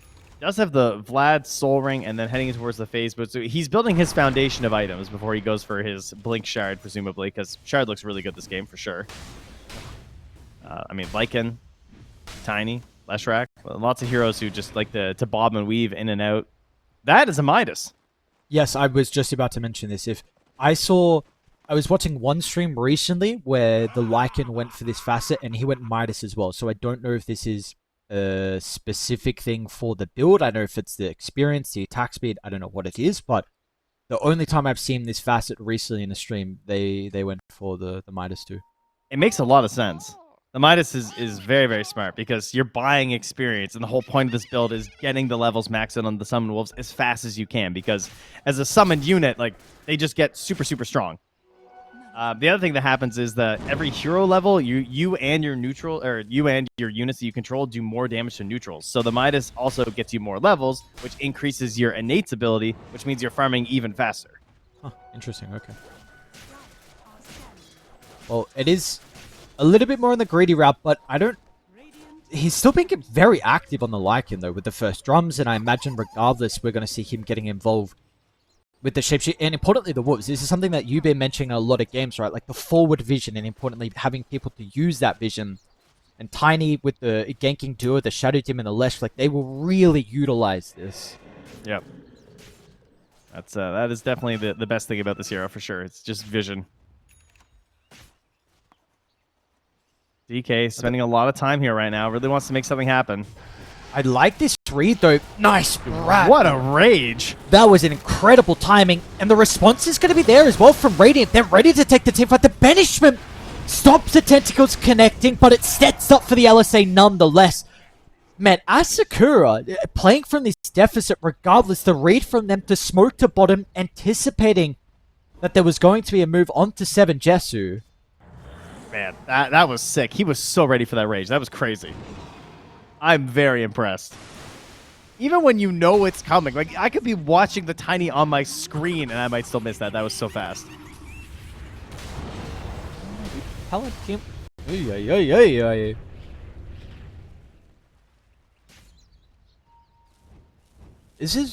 I'm very glad we're getting to see a different look of ASAKURA, because we saw them versus Team Spirit not to be able to play Dota.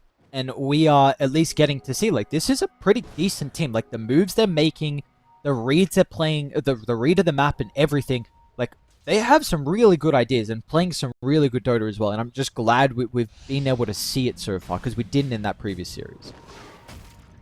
Well, they are still having some issues, though. They are. This Tide getting chased down. Close to the tier 2 tower, but the TPs are going to come out. Unfortunately, Life still unable to get there. I guess the Infest was still on cooldown regardless. Yeah, it's up.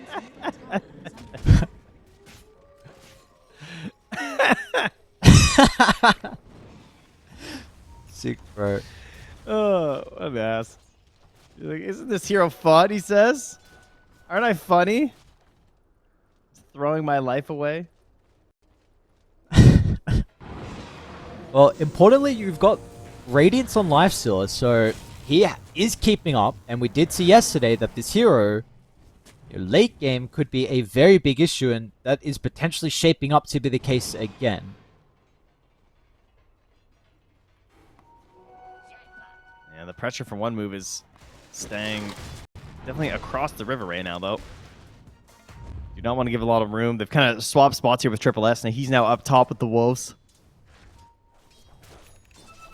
The rest of the team moving bottom. Get him with the hamstring, the root. Line. Ganto, unfortunately. Maybe even try to tip it to take the team fight. Line surviving for a little bit longer than expecting. Ravage on cooldown, but up in a second. Palantimos, they're guiding the tide pretty well. Tries to find an angle, but the ultimate helps secure Janta's kill. Surely you tip him. Difference. Toss up on the clockwork. So bad's gone. Unable to hook shot his way out of that. Yeah, those Wolves, they make it a difficult time to try and get your hooks off.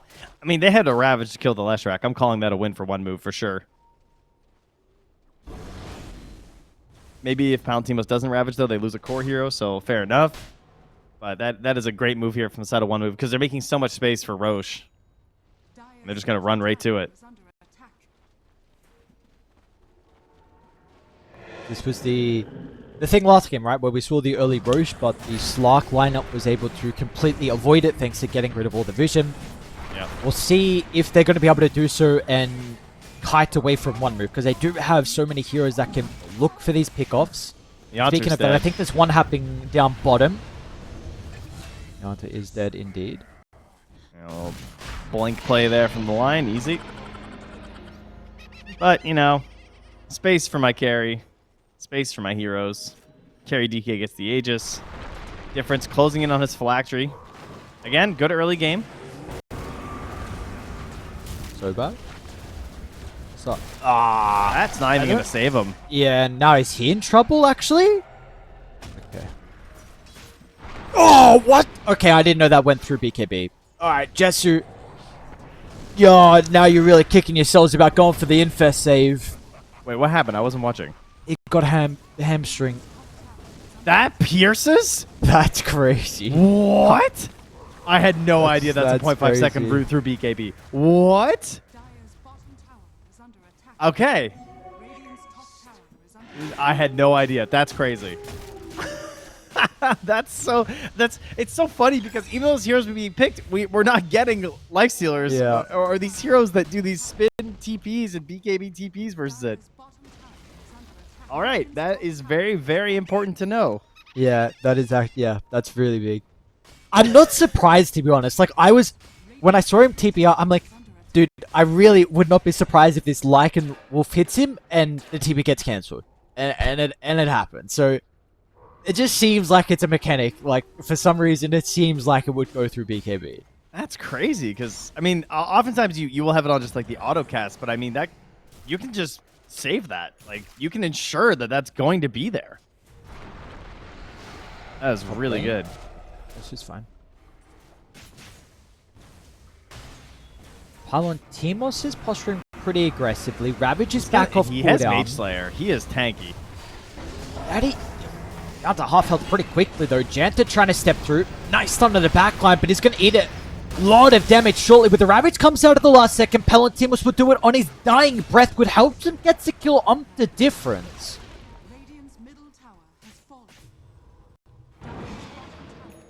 Net positive trade by a little bit here. Obviously, you're also pushing back the team that has the Aegis. Dear God, that's a 20-minute Daedalus. Okay.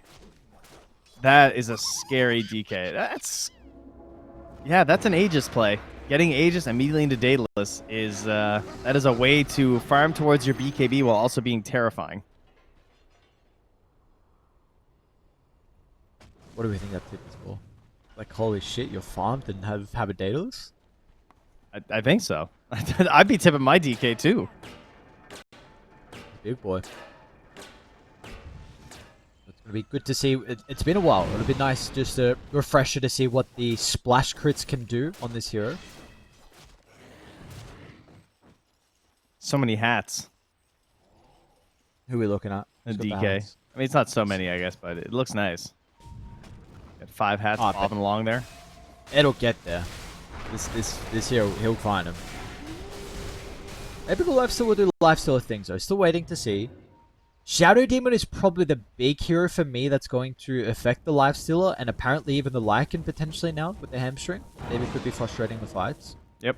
Yeah, very annoying to play into. And also just like if the lifestealer goes on someone, there's just the save aspect of disruption, not even just the fact that you have this demonic purge. Like Shadow Demon is a very annoying hero for him to play against, for sure.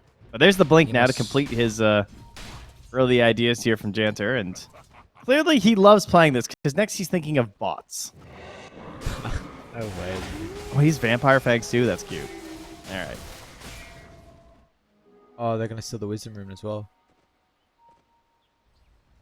Oh, that's pretty good. It gives him level 12. Smoking out problems. Nice position to be able to pop it.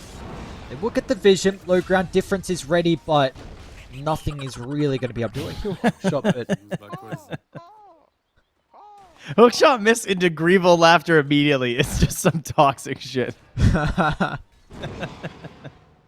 Dude, look at his positioning. He's angling for solo kills. And he might... Is he going to go for the Lina? Dude, there's No no creep way. wave. Ah, okay. Young G may actually just be able to turn it back around, dude. Come on, you've got to chip him or something. No way level 12 Leshrac gets that kill, right? Is there any way that works? Yeah, I mean, obviously he knows the hero and he's been practicing it, so he must have done the math and been like, in theory, I can get this kill. And if he did get it, it would be crazy. He would get so much experience. But I don't know if he did the calculations versus the magic resistance on Flame Cloak. I feel like that's also something I always forget. Yeah. All right, well, noble effort. It is, but it does mean that some of these pickoffs on the supports have stopped maybe some of the map control that could have been gained off the back of the Aegis. They have still accumulated a decent lead, 7,000, but this game's got another weird feel to it where there is the potential for 7 Jesu to do some crazy lifestealer stuff at the end of this game if we do get there. Yeah, it was surprising the last time we saw it, so we might get there again. The portal. Line's gonna run for Leshrac, who I swear had one person TP in, but apparently not. He enters by himself. Another kill. Now bottom, they're setting up as well for the defense. Oh! Wait, they clipped him. Okay, Tentacles actually clipped on the DK. Really? Whoa! In some danger now, but the Avalanche going to be able to cover the escape. Looks like they'll be forced to turn to the Shadow Demon, unfortunately. So, very close to getting low. He almost got flared while he was toggling. That was close. Whoa, nearly getting sniped there as he was running away. As this Griffin attacks some creeps. So he decided not to go BKB. And he went for this SNY. Which means they don't really have the ability to go high ground, I think. Now he's thinking about Blink too. Interesting. I mean, they can go high ground, but I think they need a pick first. I think with no pick, like, high ground might look kind of nice with the BKB. But this is also a Lycan issue. Lycan is a pretty poor hero going high ground. Fighting into the base feels pretty bad on this hero. You're really good at controlling the whole map and like having your wolves everywhere, but there's not even that great of itemization. It's like getting AC and stuff can feel kind of good for helping to siege with the team, but because of the nature of the hero where you have to play in this window of shapeshift, it feels really awkward forcing base, especially in the world of Dota now where we have we have multiple glyphs you have to be dealing with. We have people being way better and more cognizant of just like cutting creep waves. That committing hard for a push is pretty scary. Maybe the call is just to play the map and just build an overwhelming network lead, but it's actually not growing, it's shrinking, in fact. This kill could really help on Jesu. Runs with the high ground advantage, but the chain control is going to be perfect. Great positioning out of Woe. Showing off the value of this blink on the Leshrac to ensure that he's going to get that follow-up stun with the DK. 40 seconds isn't a lot for them, though, to get much out of the map. Maybe a poke... Oh, they'll shove the lanes in importantly. I don't know if they're going to be able to poke the higher ground with half duration to be able to Dragon Form.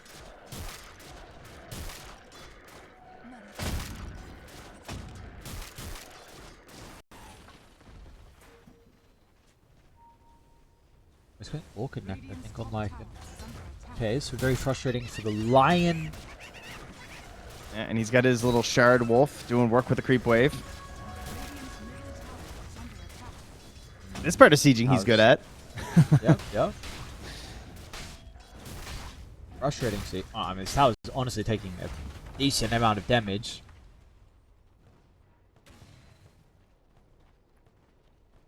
Alright, 45 seconds till Roshan is available. The Enter is still continuing to play completely away from the team, winning some flashy solo kill plays. Won't see an opportunity though. Scepter on Jesu, huh? Okay. So this is not what we saw in the item build yesterday with the Lifestealer. So who is this good versus? I mean, it's, I guess, disarming the DK in the middle of these engagements and giving the time for your Lina to kind of like focus in and get the kill sounds pretty good. What does it reduce the cooldown as well? What else does it do? I feel like there's some other things. Radiant's bottom tower is under attack. I mean, I think it's just cast range and cooldown, plus obviously infesting inside of them and just disarming is the good thing. And your attack rate goes to 1.25 when you're inside, so you're just getting this like free damage on them. I know when we were getting Lifestealer a while ago, like the Scepter was built. It was actually pretty early as well in the item build we were getting in some games. So I just have not, of course, seen the Lifestealer a lot recently. Oh, he will be playing into the Aegis, unfortunately. Disadvantage is one given over to the Dragon Knight, the Banner as well. Maybe this helps with the siege. We do have a BKB pretty shortly from Woe along with level 20. This was one of your concerns on how they're going to be able to go high ground without the BKB. Yeah, I guess don't have to worry about it when it's this hero. He farms so fast. And this is why. Banned all the time. Let's go Lion. Somehow finds a way through. Yeah, he's going to grab himself a Wisdom Rune. And Youngji's moving back towards his zone. He's under a ward, though. So if he sticks around for this, he's probably going to die. Oh! No way! Oh, what is that stun? Okay, got BKB off. He might still don't know die, if it though. matters. Yeah, he's dead. Damn, Jetta.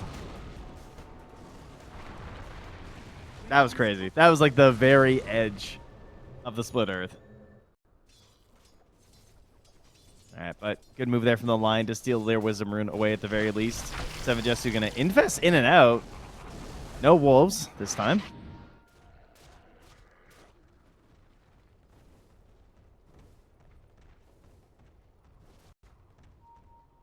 Potential high ground siege? What do we got going on here for one? And they got 3.5 minutes, so certainly a good time to do it.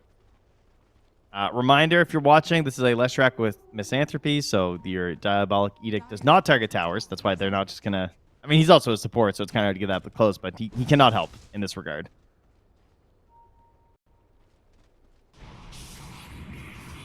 He's going to be waiting, though, to get that jump onto some of the heroes. We'll see how he does play. Can even lay the Split Earth down just to potentially help the siege. Yep. Early rage. Maybe it gives an opportunity for difference for the toss. He was starting to creep on forward. May lose his courier as well. He's wanting to get the scepter. Yeah, oh, the last right click. It's gonna get it. No. Ooh, nice. All right, no eggs. Bought out too.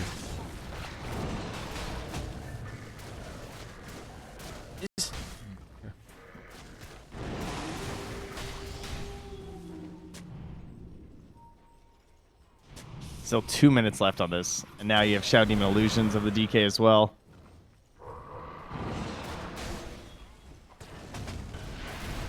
These fights look so difficult until all the wolves, the illusions. I don't even know if Jesu can really be here, honestly. He's playing very aggressive on the front, but I feel like they have... I feel like the team fight looks much easier to execute for one move. Yeah, very much so. But again, it is a high ground issue. It's not that easy. Like, Triple S has this amazing Orchid versus Lifestealer, but how do you actually get it on the Lifestealer? When it's like so telegraphed where you're attacking from. Out on the map, you know, using the wolf vision, very good chance you can land it on him, but much harder going into the base. Not much point in forcing it. We know from last game that ASAKURA are very adept at defending their base and trying to figure out a way to take an advantageous fight even when they're behind. They don't have as powerful heroes, though.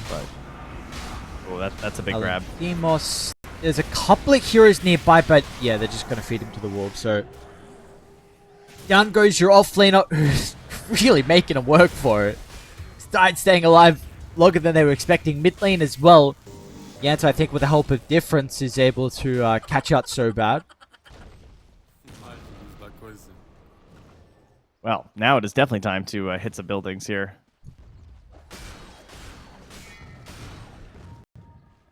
Wait for the creeps. Grab this. And that DK form can take them right to the high ground here. Radiant's bottom tower has Maybe a fish here. Difference? You want to go hunting? All right, let's see this rage. Oh, he goes for it early. Again, still no eggs. Okay, he's going to be fine. Yonji has to pop a BKB super early on, though. And these buildings are falling. No defense. Another set of barracks by the looks of it. They'll back away, respecting the respawns and the ages as well expiring.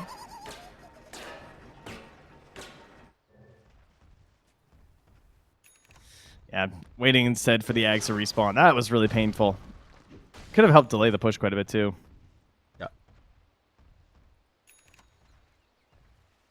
All right, smoke is purchased here by the Lion. Lanes, they've got to push out bottom a little bit here. It's going to be so hard to get out here and find something. The Lycan Wolves, too, just in behind, grabbing the waves. I mean, look how strong these wolves are. They can still grab a wave here at 32 minutes and just take them down with no intervention. Dire's courier has been killed. Another courier? Are you serious? Oh, this time was the Dire's courier. Oh, nice. Okay, there we go. Now it's Tidehunter finding Lycans. Yeah, I think so. I think it was the rest of it. Short of the Hyperstone, which was about to be done. Yeah, pretty close to it. Okay, so let's see how they put themselves in a position. You shoved out the lanes. Gem may help it as well, because all the vision that has been layered down, they haven't been able to deal with without getting out of the map. They are going to lose their Tormentor, but got to get a big fight out of them. They're starting to set up a round 7 Jesu. Woe has also gone for the Lincolns, too. So, dealing with the Hex, dealing with the Infest play.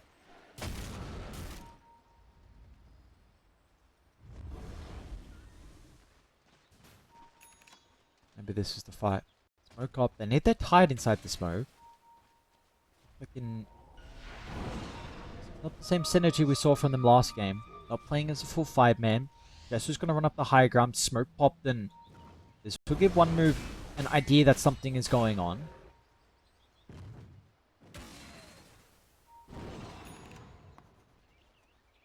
Chain control is so much more difficult with the Lincolns, like you mentioned, so maybe there's not that opportunity to be able to jump the DK with Ravage and Lion follow-up and hoping for the Lifestealer to bring him down with the Feast. And meanwhile, at your base, you're about to have Wolves inside. The smoke will not work. One move back over to their side of the map. Avoid the game. Yeah, and for them on the side of one move, this is just a waiting for Roche situation and trying to find more of these items to help break through the base. 9-second BKB still available on the Lycan, 9-second on the DK, 9-second as well on Difference. So really, once you have Aegis and 3 9-second BKBs and a 20k lead, that should be considered a pretty safe time to go high ground, I would imagine. I would hope. I would as well.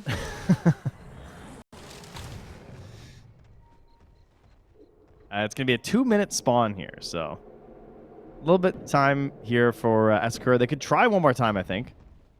Try and find themselves a play. They got the lanes in a good state considering what they're up against right now. So, and importantly, the ward as well around the triangle. They've finally got control of this area. Yeah, a ward in the river does spot where Sobat and Palatimus are moving, though. So, Problems and Difference should be aware of this move. especially when you nuke the wave like that. Yes, yes. Problems might still die. Not a bad pick off. Oh, but they're all here. Now this is just a full-on fight. What kind of Ravage are we going to get here? The Bad's just going to run forward, try and create as much information as they can over towards a DK. If they got the They gotta burst finish actually him. with the amp damage, have they got it? What it takes? It doesn't look like it. Problems keeps him alive at the last second. He's going to pop out.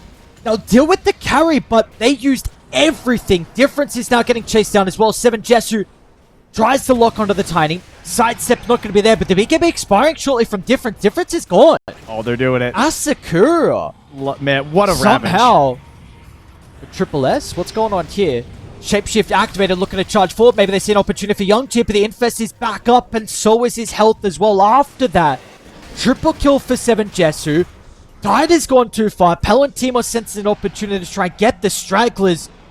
They've got the ward up on the high ground, so 7 Jesu tries to also catch up, but Problems ducks onto the Chimera. The Glimmer, he is out, so in the end, it's a 3 for 2. It is. It's a 7,000 XP swing for the Radiant right there. That is just so many levels they needed desperately. And with the triple kill, 1,300 gold goes the way of the Lifestealer. And that is a problem. Man, what a Ravage. Oh, that was so good. That was a fantastic Ravage. That is one downside of the Shadow Demon, right? These Oracles, these Shadow Demons, it doesn't really matter. Unless you have the Blink Dagger. Even when you had the Blink Dagger in this case, he was too close. And trying to get the save on the DK gets punished. What is he still doing in the area? It's just forced a man fight. That's it. That's the only hope he's got. He can wolf. Fight and hope he escapes. Okay. He can Invis Wolf out. And they can't get him. Okay, never mind. He's fine. There's definitely a chance. I mean, they had Gem, so in theory, he was still potentially going to go down. I thought he was so stuck, dude.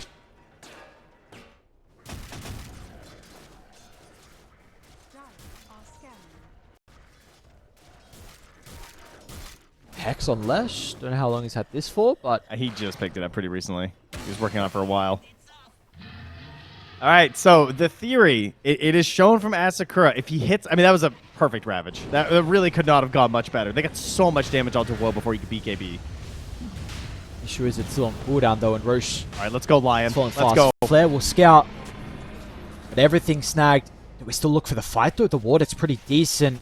Scouts out Difference, walking up the high ground, but they are very, very hesitant to go Ravage back up. But That's you a are fighting to the consumed- ASAG advantage now. Consumed Ags for the DK, so this will be the last ulti that's not the Black Dragon. He's also closing in on level 25, by the way. Yasu to jump with the Hex. What can they do to protect him? E-Blade, it might be enough. Jesu now with a Ravage.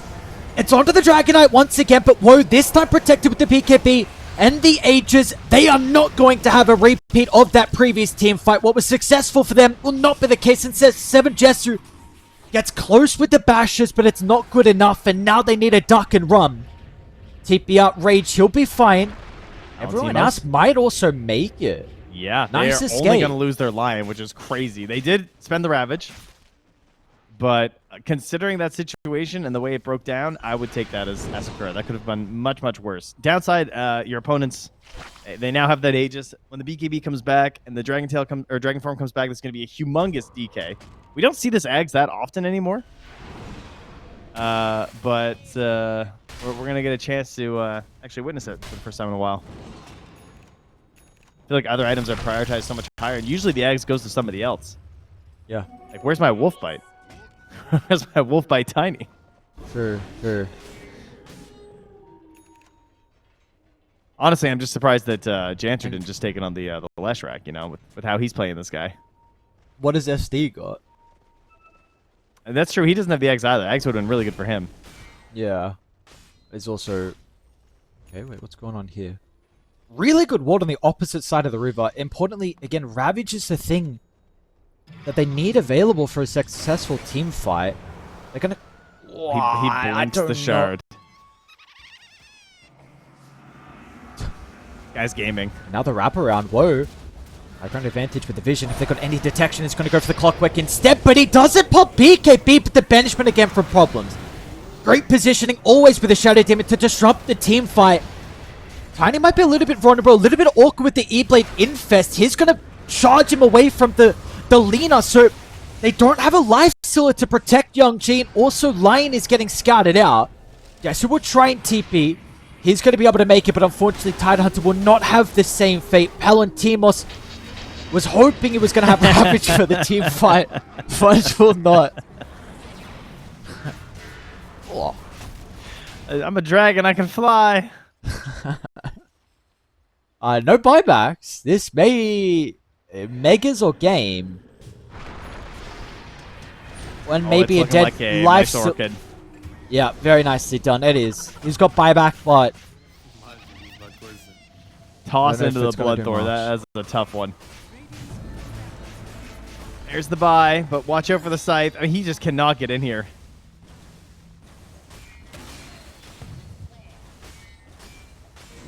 $35 seconds till 5v5. 7 Jester will try and run forward, but the rage duration's just not going to be long enough. Got to duck into the infest. They're doing their best to spam the cogs. Throne's exposed. There's the Hex. And the chain control is going to follow shortly afterwards as well. ASAKURA. They try and find a way back in, but it's going to be one move that take it 41 minutes in.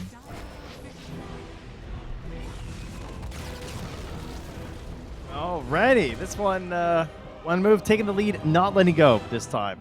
ASAKURA managed to fight the for a game for it. This kind of seems like it. Like, you have a ranged carry, you have a ranged offlaner, you have a mid hero that like plays really well at these like middling distances, and then you have Lifestealer like Shadow Demon. Like, in theory, separating their team and zoning them out would have been really cool.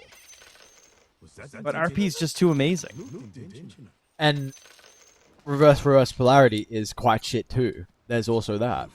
Normal RP good, it's the worst. other one not good. I think it should just be a shard or something. Get rid of the shockwave one. Give us a shard. Oh, the Shockwaves one's great though. Is that not why the 4 mags are okay? Oh, it's good. No, it's good. But I just want to see reverse polarity because it's funny. I see. Okay. They're all huddled together. Bonding experience. And the old ward into wraparound. 30 seconds to battle. Stay there different. Okay. All the way around we go. Currently 2 heroes home in the safe lane, which they might run into.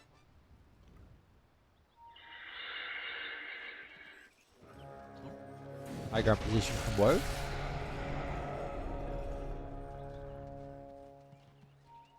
The battle begins. How does this lane even look lifesteal of Phoenix? I feel like this is a incredibly free lane for any offlaner. It's one of these, like, you have really annoying damage as Phoenix. It is a support mag, too, who he can't really do anything versus the Phoenix. Like, if you try to attack or contest, then you're just going to get fire spirited over and over.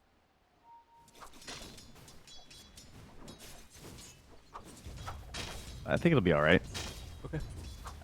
But like you said, I mean, it's not like the Visage is going to be punished either. Well, mid nice should play be... there.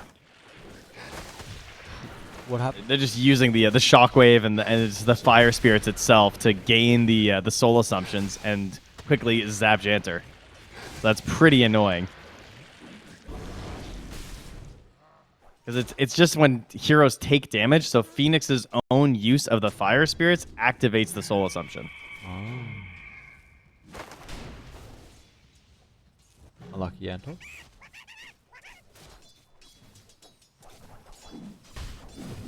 Mid is going to be a farm fest between the Ember Pingo. I think it's fine. Really skill dependent. Side lanes is where we can maybe see some action. I do have a feeling that this game may be slow though. I think the rotation, like the supports on one move, don't really push the pace at all. No. They are insanely defensive. Yanto? Okay, there's our Okay. first blood. Yeah, I'm not gonna lie, I did not factor into the self-damage of the Phoenix. That is crushing this hero. It's really bad. It's creating these super easy soul assumptions. They're just doing so much damage, even at level 1. Like, what are you supposed to do there? No way. he's Oh. 10 XP. Woe was trying to kill a creep to give him the XP to get down. But Magnus is going to share it. I don't even think this one creep will give him 10 XP. Oh, no way, dude. He needs 1 XP. If only the mag knew how close he was as well. Yeah, he's typing. He's probably saying 1 XP. Oh, no. The enter was aggressive tips last game, and I mean, how did that happen? Going to the Bristol? Listen, we were busy with a pillared Phoenix, guys. I'm sorry, you know. He got hit a lot, it turns out, and no bristleback yet, so he's just like the rest of us.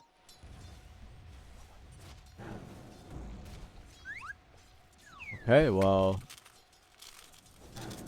good stuff happening in the side lanes for ASAKURA. They're going to be able to get both Lotuses by the looks of it.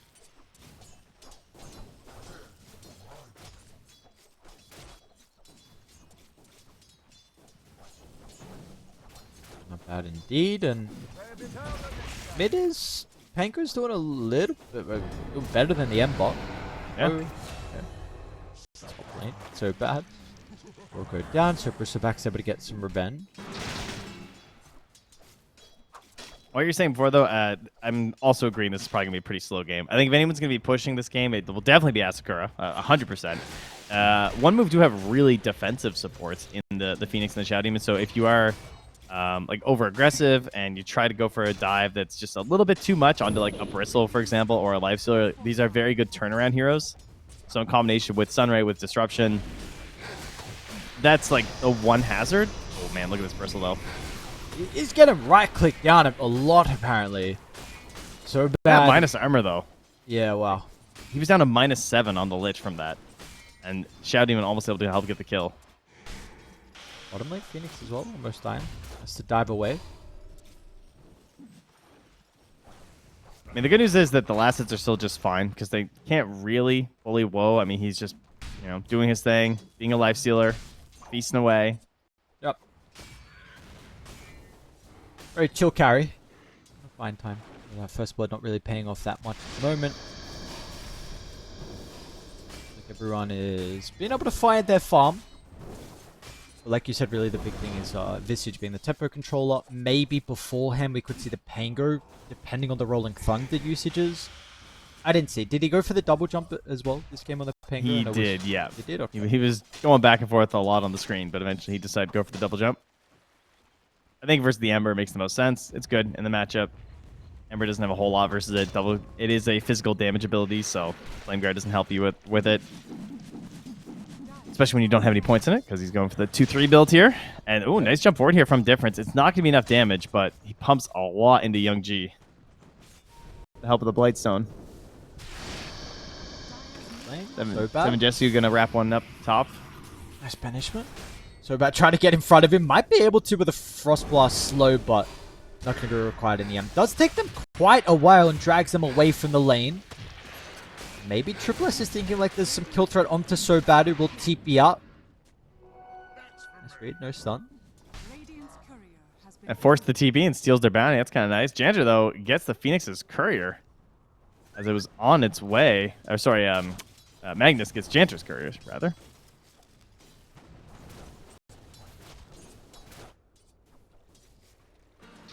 And everybody runs mid at 6 minutes. It's going to be an amplified damage room for Young G at the bottom spawn. Okay, so maybe giving him an opportunity to do something across the map with the amp damage. Probably will be a response from the Pango if there is a move from the Ember, so we'll see where the decision is going to be. He's currently starting to say moving to bottom, but just looking to place an observer.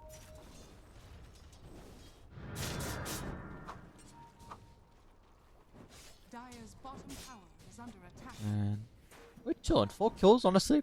Must say, happy with at least getting 4 kills so far this game. Wasn't expecting to have too many. So Bad might add a 5th to the tally. It looks like that will be the case. Maybe some didn't. Oh, man, close. Kind of close. Centaur did its best to help out, but not enough, unfortunately. Yeah, probably should also. Yo, no way. Okay, I think I got a Fairy Fire too, though. Get it, Young G. Yeah, no. Yeah, not quite. That's got to feel bad. Has he got a remnant at least somewhere? He does. Is he actually just running a triple S? Okay, maybe an opportunity for the Pango, but there's a response. In he goes, misses the little awkward from difference. We'll still get so a lot of damage. Yeah, the minus group, armor. Yeah, wow. And now it's on 7 Jesu as well, so they're going to be able to chase down the Dragon Knight. Magnus, he'll offer some assistance, potentially. I don't know if he's got skewer, not even needed. Difference, not going to be able to find the DK, but yeah, that minus armor might be something we need to look at through the rest of the game now to amp up the Pango. I mean, if you look at the Lich, he actually took 972 physical damage. He took 0 magic damage in that engagement. It is just completely physical stuff here, combination with the minus armor. Really? So bad solo smoke from base? Hey, you got to get back, you know? I You see. got no TP. Mag. Ember actually flies in with the Remnant off getting the Arcane. Maybe both supports are going to go down. His difference actually stuck though. Palantimos not playing The with solo any of the smoke! familiars. So bad. That's what the smoke was needed for. The Frost Shield slow to getting range to help the dive and maybe get problems too. Young G. A little bit of mana is going to come back from the bottle. I do not believe he's going to tick out though. Had some stick charges to work with. The value smoke there from So Bad. Pop we go. Guess who? Stacking up the goo. You're in a little bit of trouble, my friend. Up to 4 and now a random woe pops out. Climbing on the dragon tail, but it's not going to matter. Yikes. Got that range creep, though. Ah, nice. And his team is taking the mid tower at the same time.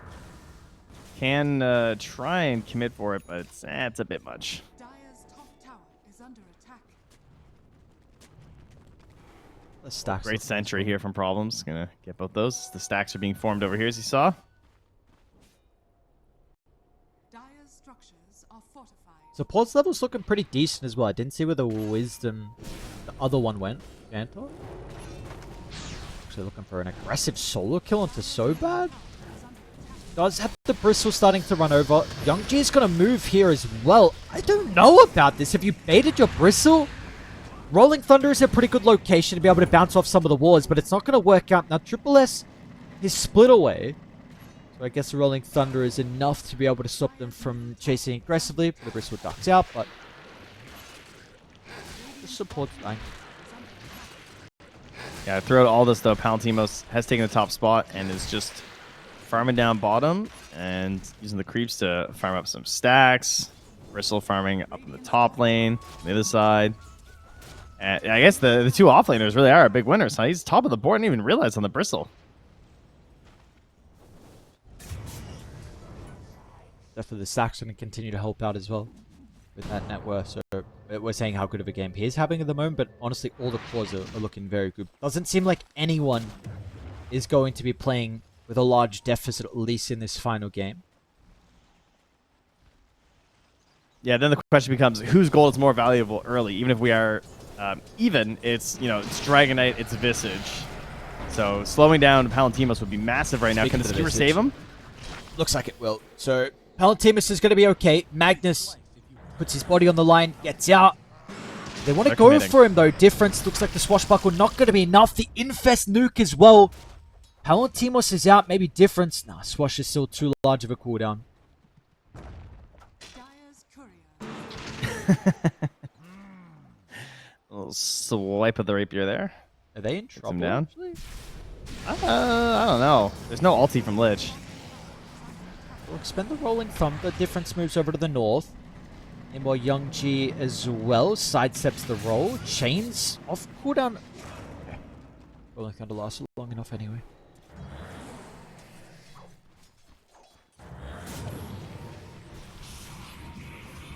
Still, It's what's coming going on? back in. Now, whoa. A lot of action down bottom.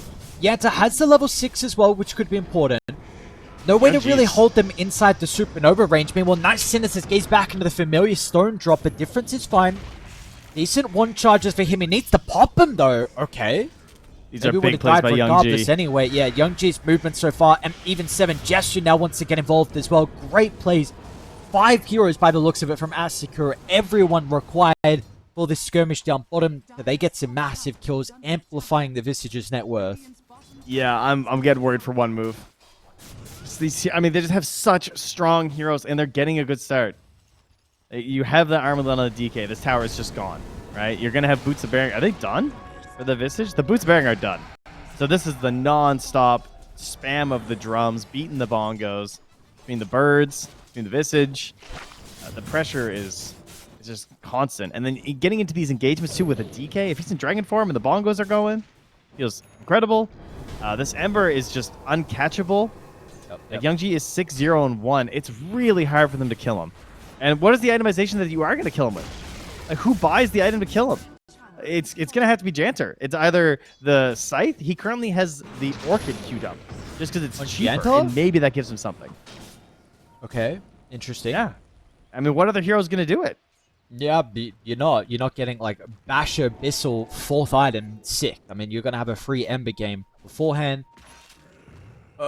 Purge is, it's just like if he overcommits into Purge, and then maybe he's in trouble. But he's been playing incredibly well around that, and we haven't even seen the threat of the Purge until the levels have come through. So I mean, he doesn't even have Flame Guard, so who cares, you know? Yeah. Dire are scanning. he's looking good. It definitely feels like the Ember can be a hero that if you don't have a good start, can fall behind. Mage Slayer now online, so more survivability for Young G. And bottom lane as well, they do have a backstab though onto Palutimus, which would be a big kill, and he's gone pretty quickly. So they're taking this. Sometimes we see for the Visage is not going to be the case. And maybe this is the hero. You're playing around with a triple S, top net worth at the moment from one move.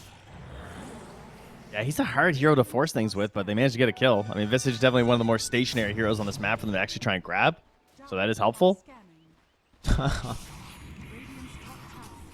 Oh no, is he just remnant for him? The bird found him. Oh god. Dire's structures are fortified. And there's the Mask of Madness. So full farming mode engaged here for 7 Jessu.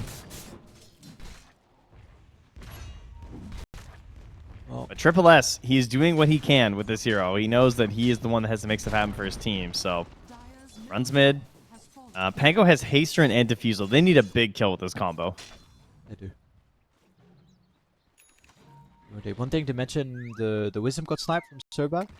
They're able to Nice. the Wisdom. I don't know where their one went themselves, but It went to Mag. So Mag and Lich getting them. and some stacks not being claimed as well. He was pretty close to Radiance, right? I don't know if maybe it'll give Yes, the he's gold very game. close to Radiance. Yeah, he's 1,000 gold away, which is decent enough.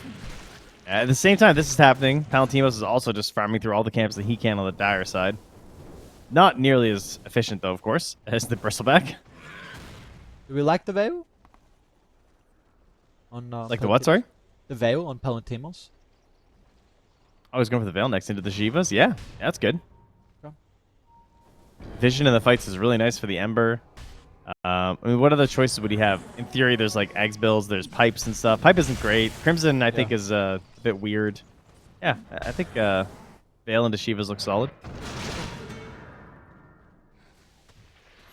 Oh, we do see though it's a quite an even game. There were some concerns you had with the fact that maybe ASAKURA, with the high net worth that the Visage was playing with could have played a little bit faster. We have not seen that from them, but they might look to make a play now with the Blink just completed from the Magnus. Yeah. Oh my One God, shield issue with the Ember as a hero, though, is that this Mage Slayer it's not like a way to snowball the game.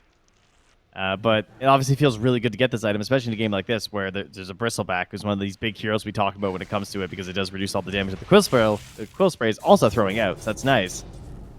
But he can't, like... You know, it's not like when a mid-hero gets like an Orchid or something, you know? It doesn't have that same oomph, but he's going to just pair with his allies to make up for that fact, so...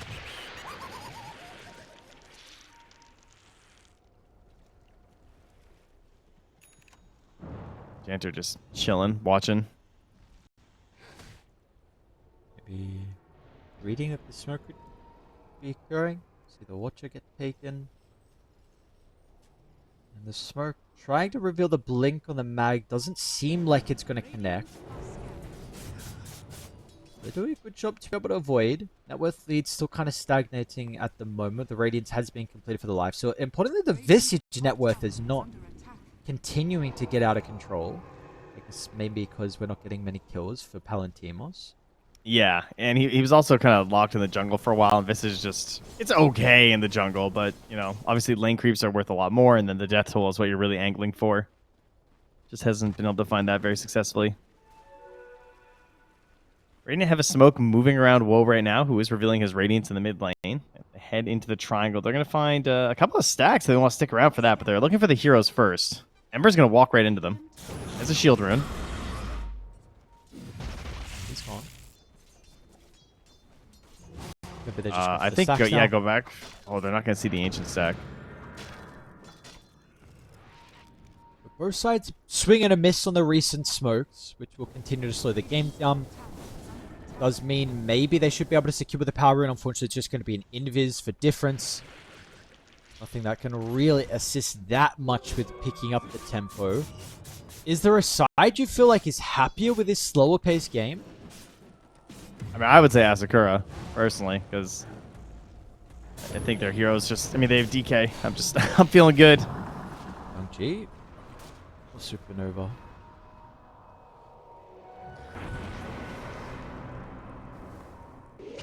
We'll see if the DK is going to be able to reach that stage. Is it getting ridiculously farm? Yeah, I'd like to see him move over to these ancients. Like they have a triple stack there. I think they have another stack off to the east. So, like, yeah, empower this dude. Get him on the ancients. Get this BKB done. Get him into the Daedalus. I think he probably could be a little bit further ahead right now. Yeah, okay.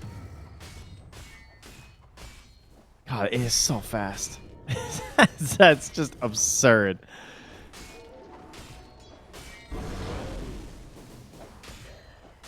What timing, too.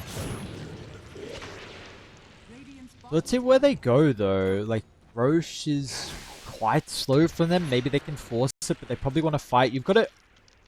A lot of your wards are currently positioned towards the top side of the map. Mid lane. That tier 1 tower. Oh, they missed the Shadow Demon. Might get Pango. Pango's pretty far pushed forward. Chains connects onto him.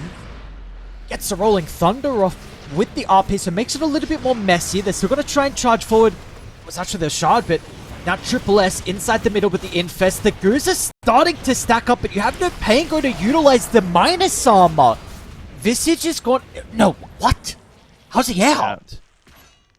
That was close. I mean, you're right. They have minus 20 armor on them right there, but the catch on the Pango, and that's why he bought the shard on the earlier end too. It was a good idea. This idea that, like, if I can just get in my ulti and I'm rolling through them, this can do so much damage. But they're able to dump everything on top of him and get the kill. what happened to Palantimos? Yeah, He just got... Oh, he got Shadow Demon. They just dumped everything on top of him and Lifestealer ate him up. Yum yum. Yep. Oh, Shiva's obviously going to help with that. The potential, you see it. The Bristle plus the Pango. Yeah. And he's itemizing to stay alive with the Crimson. So, full auras. We have seen it's been... The Sanjin Yasha as well has been within this item build that we're getting from, like, the offlane Bristle. So we'll see if that's going to be the case. I don't know if Helbert is a forbidden item, but maybe that's something versus the DK. Yeah, no, I think we've had a couple versus some of these heroes. And certainly could be decent in this one. Roche falling very fast because of the Bristle, minus 26 armor right now. Opportunity for them to maybe walk it down bottom. Wisdom Room's still there. Tormentor as well, potentially if they feel strong enough. They don't have a large lead, but maybe with the Aegis and them clumping together, it does seem like they're quite hesitant, to be honest. I don't know if you were, like, are they really this weak? I mean, now they have an Orchid. Now they're not. That's huge. Gander's ready to give them the tool to maybe win these fights if he can catch the Ember. Whoa. This is Seven Jesu. Dragon Tail's going to connect. There's no more follow-up. Over to the right side. Chain Frost bouncing back so bad. With the help of Seven Jesu, they've been able to deal with the Bristle, but Bristle Goose is there, and he's a tanky man. No stuns to hold them inside the Supernova. Seven Jesu is slowed down. RP, that's massive. Back off, cooldown onto 3. Familiar stun overlapping Infest. as well, but the Infest keeps him alive, and now Woe's going to run into the middle. He's got the lifesteal to stay healthy enough. The Orchid as well from Janta. They've done it in the end. The turnaround onto the RP, it looked like that was a big ultimate to win the team fight from ASAKURA, but it just wasn't enough. The Infest play-in are so bad. He's going to be ran down as well. 3 casualties here inside the team. That was completely on a knife's edge. Waiting for that Orchid to come out, plus just the confidence of having the Aegis, right? That maybe you don't make that move if you don't know that, yeah, I've got Aegis, I'm coming back, but Woe just plays that right to the knife's edge, gets the win. Big save on the difference there, too. They turn it around. I thought that was it. I thought when Mag hit that RP, I was like, oh, no. Oh, this fight's over. But there was an early Orchid once on the Ember, and then a second one after to guarantee the kill. So Janter just shutting him down throughout a lot of this fight. And he's going to have to decide, like, is it worth investing in just because of this stupid Phoenix bought an Orchid? I mean, he currently has aspirations of a Shiva's Guard of his own, but hopefully he takes a look at Palantimos. I don't know if it's worth doubling up on. Yeah, I don't know either. Fortune's already put the helm. That's all right. We can always sell that. Always. Woe got a very early Ag shot from the Tormentor, which is a massive deal, the fact that he got it for free. Okay, never mind. It's... What is the order? That's not bad.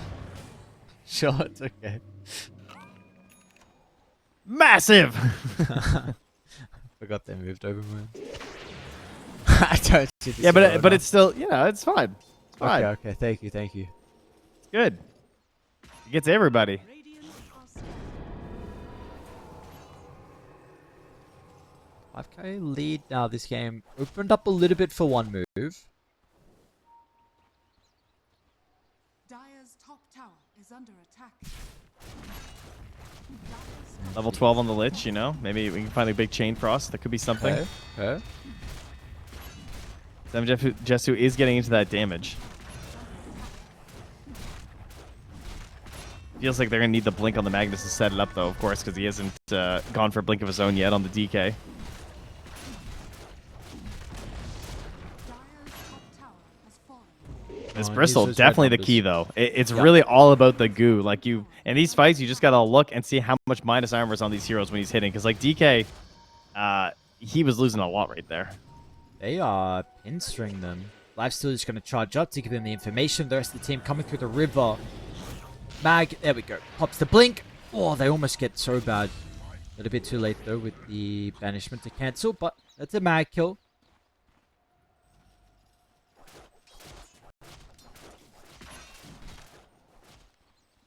Radiant's bottom tower is And under back to attack. mid they go. So no real big item changes for Woe, though. Still feeling like the Scepter was the right decision we saw last game Dire's structures are against the DK. And they have the gold for one of their Shivas now if they want it on Palantimos. Dire's middle tower is under attack. And he is going to buy it up. All right. Can help a lot in these fights. Phoenix Egg, though, just got level 12 as well, which is big. Janter can be a little bit more aggressive with it there. Yep. Not an easy way to bring the egg down this game. Dire's middle DK's tower fine, but that is it. Yeah, and if That your being DK swinging on the egg, it's generally not great. Yep. Dire's middle tower has Crits fallen. ain't gonna help much there. They don't really have a way to stop ASAKURA from running away from the egg, though, which is a big thing. Radiant's So, bottom tower is under attack. we will see. Could be, you know, Janta's already showcased like his value inside the team fights in regards to probably the items with that Orchid. Yeah, and the most important thing, so the way that you can play it now, though, is that he has the shard. So basically, he's going to be waiting till either he sees the RP or he thinks the RP is about to arrive, and you just egg, and you do it and is essentially hoping to use your Sunray. But, you know, that also puts a limit perhaps on your Orchid, too. Wow, Because how obviously do when they... you're... Oh, really? Whoa? No, okay. I don't know if this kill even connects if they line their stuns perfectly with Sanj and Yasha. I feel like it was very difficult. I mean, if he doesn't have anything to infest to for like a couple seconds, maybe. Radiant's top tower is under attack. Because they will hit pretty hard with Empowered DK right now in the Chrysalis. Gets a little lucky. But we're about to hit full power. Daedalus coming up soon.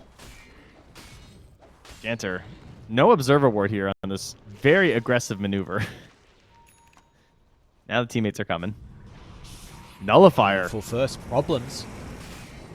Jump over to 7 Jesu, but the Rolling Thunder's going to follow as well. That's the Infest Bomb. One of the carries. 7 Jesu's going to try and tip out. He's got the health to survive. He doesn't. Crit. Last second is there. Not gonna lie, it lived a lot longer than I anticipated.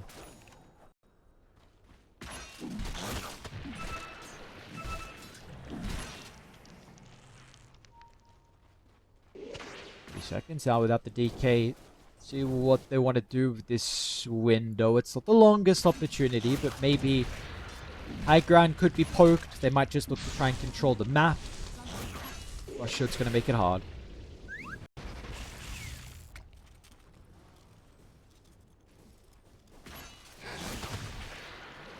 Do I have Wisdom up in 10 seconds as well? Yeah, I don't think they're gonna get it.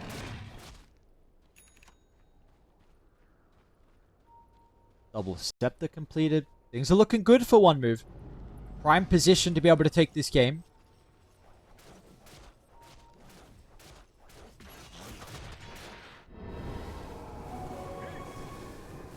Controlling the map with the Shadow Demon Phoenix support duo.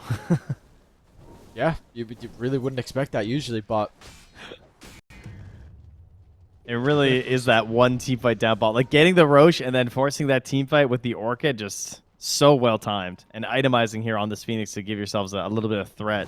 So you have to play a certain way on the side of ASAKURA. I think the Visage has also been a bit of a bust. Yep. They have not gotten a Visage game out of this hero.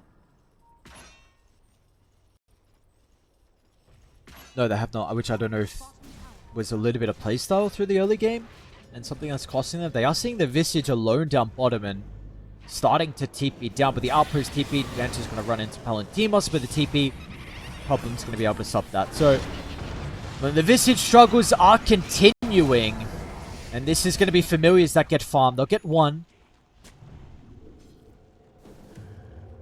Yeah, maybe he just tries to annoy the waves with the other. Yeah. So, kind of pull creeps.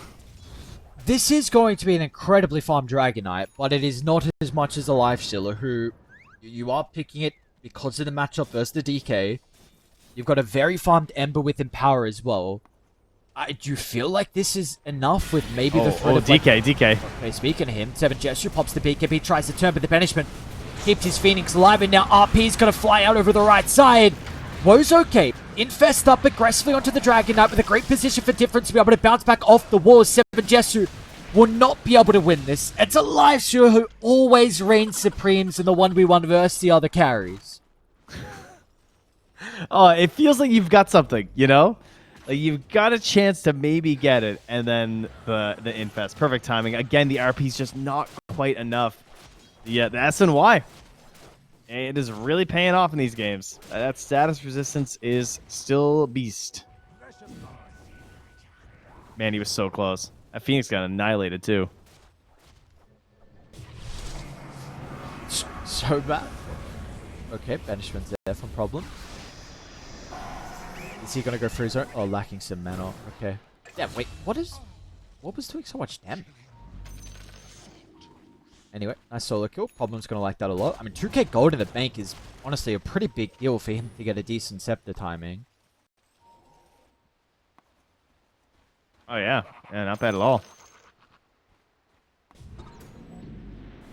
Okay, tipping his Bristle. Yes, yes. Well done, Bristle. Was the space he created to get the 1v1. Do you think Young G bought a Nullifier just because he had Helm? I think so. Yeah, what is the...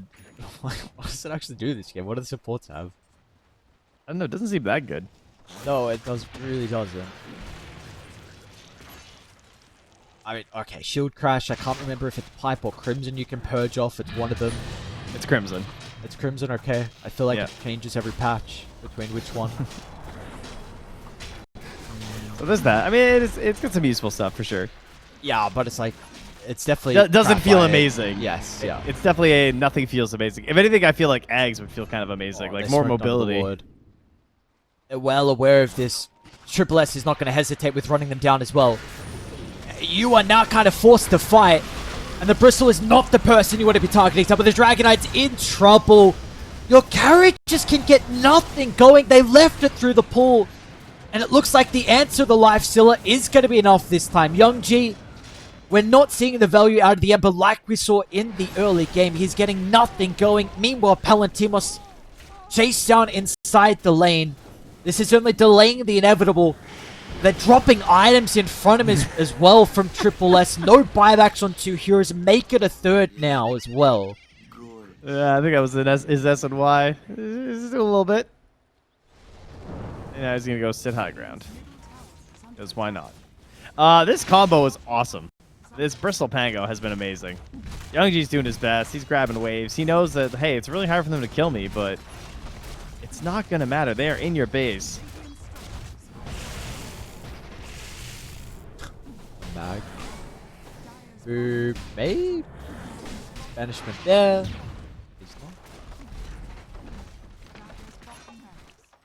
They can keep the creeps alive. I don't know if they've used the banner already, but another wave is coming through bottom anyway. This lifestealer 7-0-4.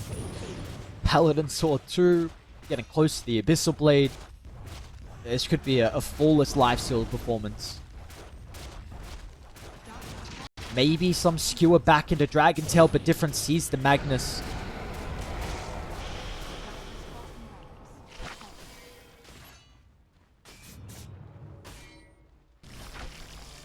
I mean, the hero is looking good, guys. I hate to say it. I mean, the Lifestealer, no. He's making it work. Yeah, Is it's so this situational. Yeah, there's certain games it's probably still going to be bad, but man, this Ags timing when you're leading by a little bit is just fantastic versus this DK. I mean, he's just full HP when he pops back out. It's gross. Is DK, we don't need to ban this hero now because Lifestealer... Yes, clearly he's washed. Yes. Confirmed. Oh, they are going for what feels like a last-ditch attempt here with a wraparound. Problem's going to pop it. A solo RP onto the Shadow Demon. That just shows how much hate they have for this support. With a quick use of the Rolling Thunder to disrupt the initiation. Now they're on to the Dragon Knight. Was not able to play Dota in this elimination game. The voice lines are out. And one move, they will knock out ASAKURA in pretty fine fashion here in Game 3. Palantimos, you got one buyback here, looking for the skewer. Not even going to be able to find the shockwave. Dragged him away. Ah.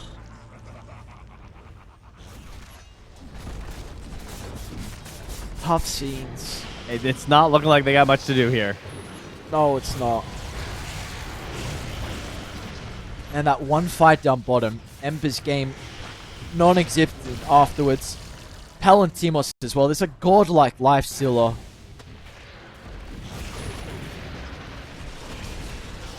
Oh, I don't know if you want this hero inside the fountain too. GG. GG. Man, Well good done. strat. Good strat. I gotta say, the Bristle immediately, this minus armor, and then coming up with the Pango was brilliant. It really showed how strong this new change, all these changes are to Pango. Like, This idea of putting it all into just physical. Everything physical on the hero now, including the ultimate. And he's rolled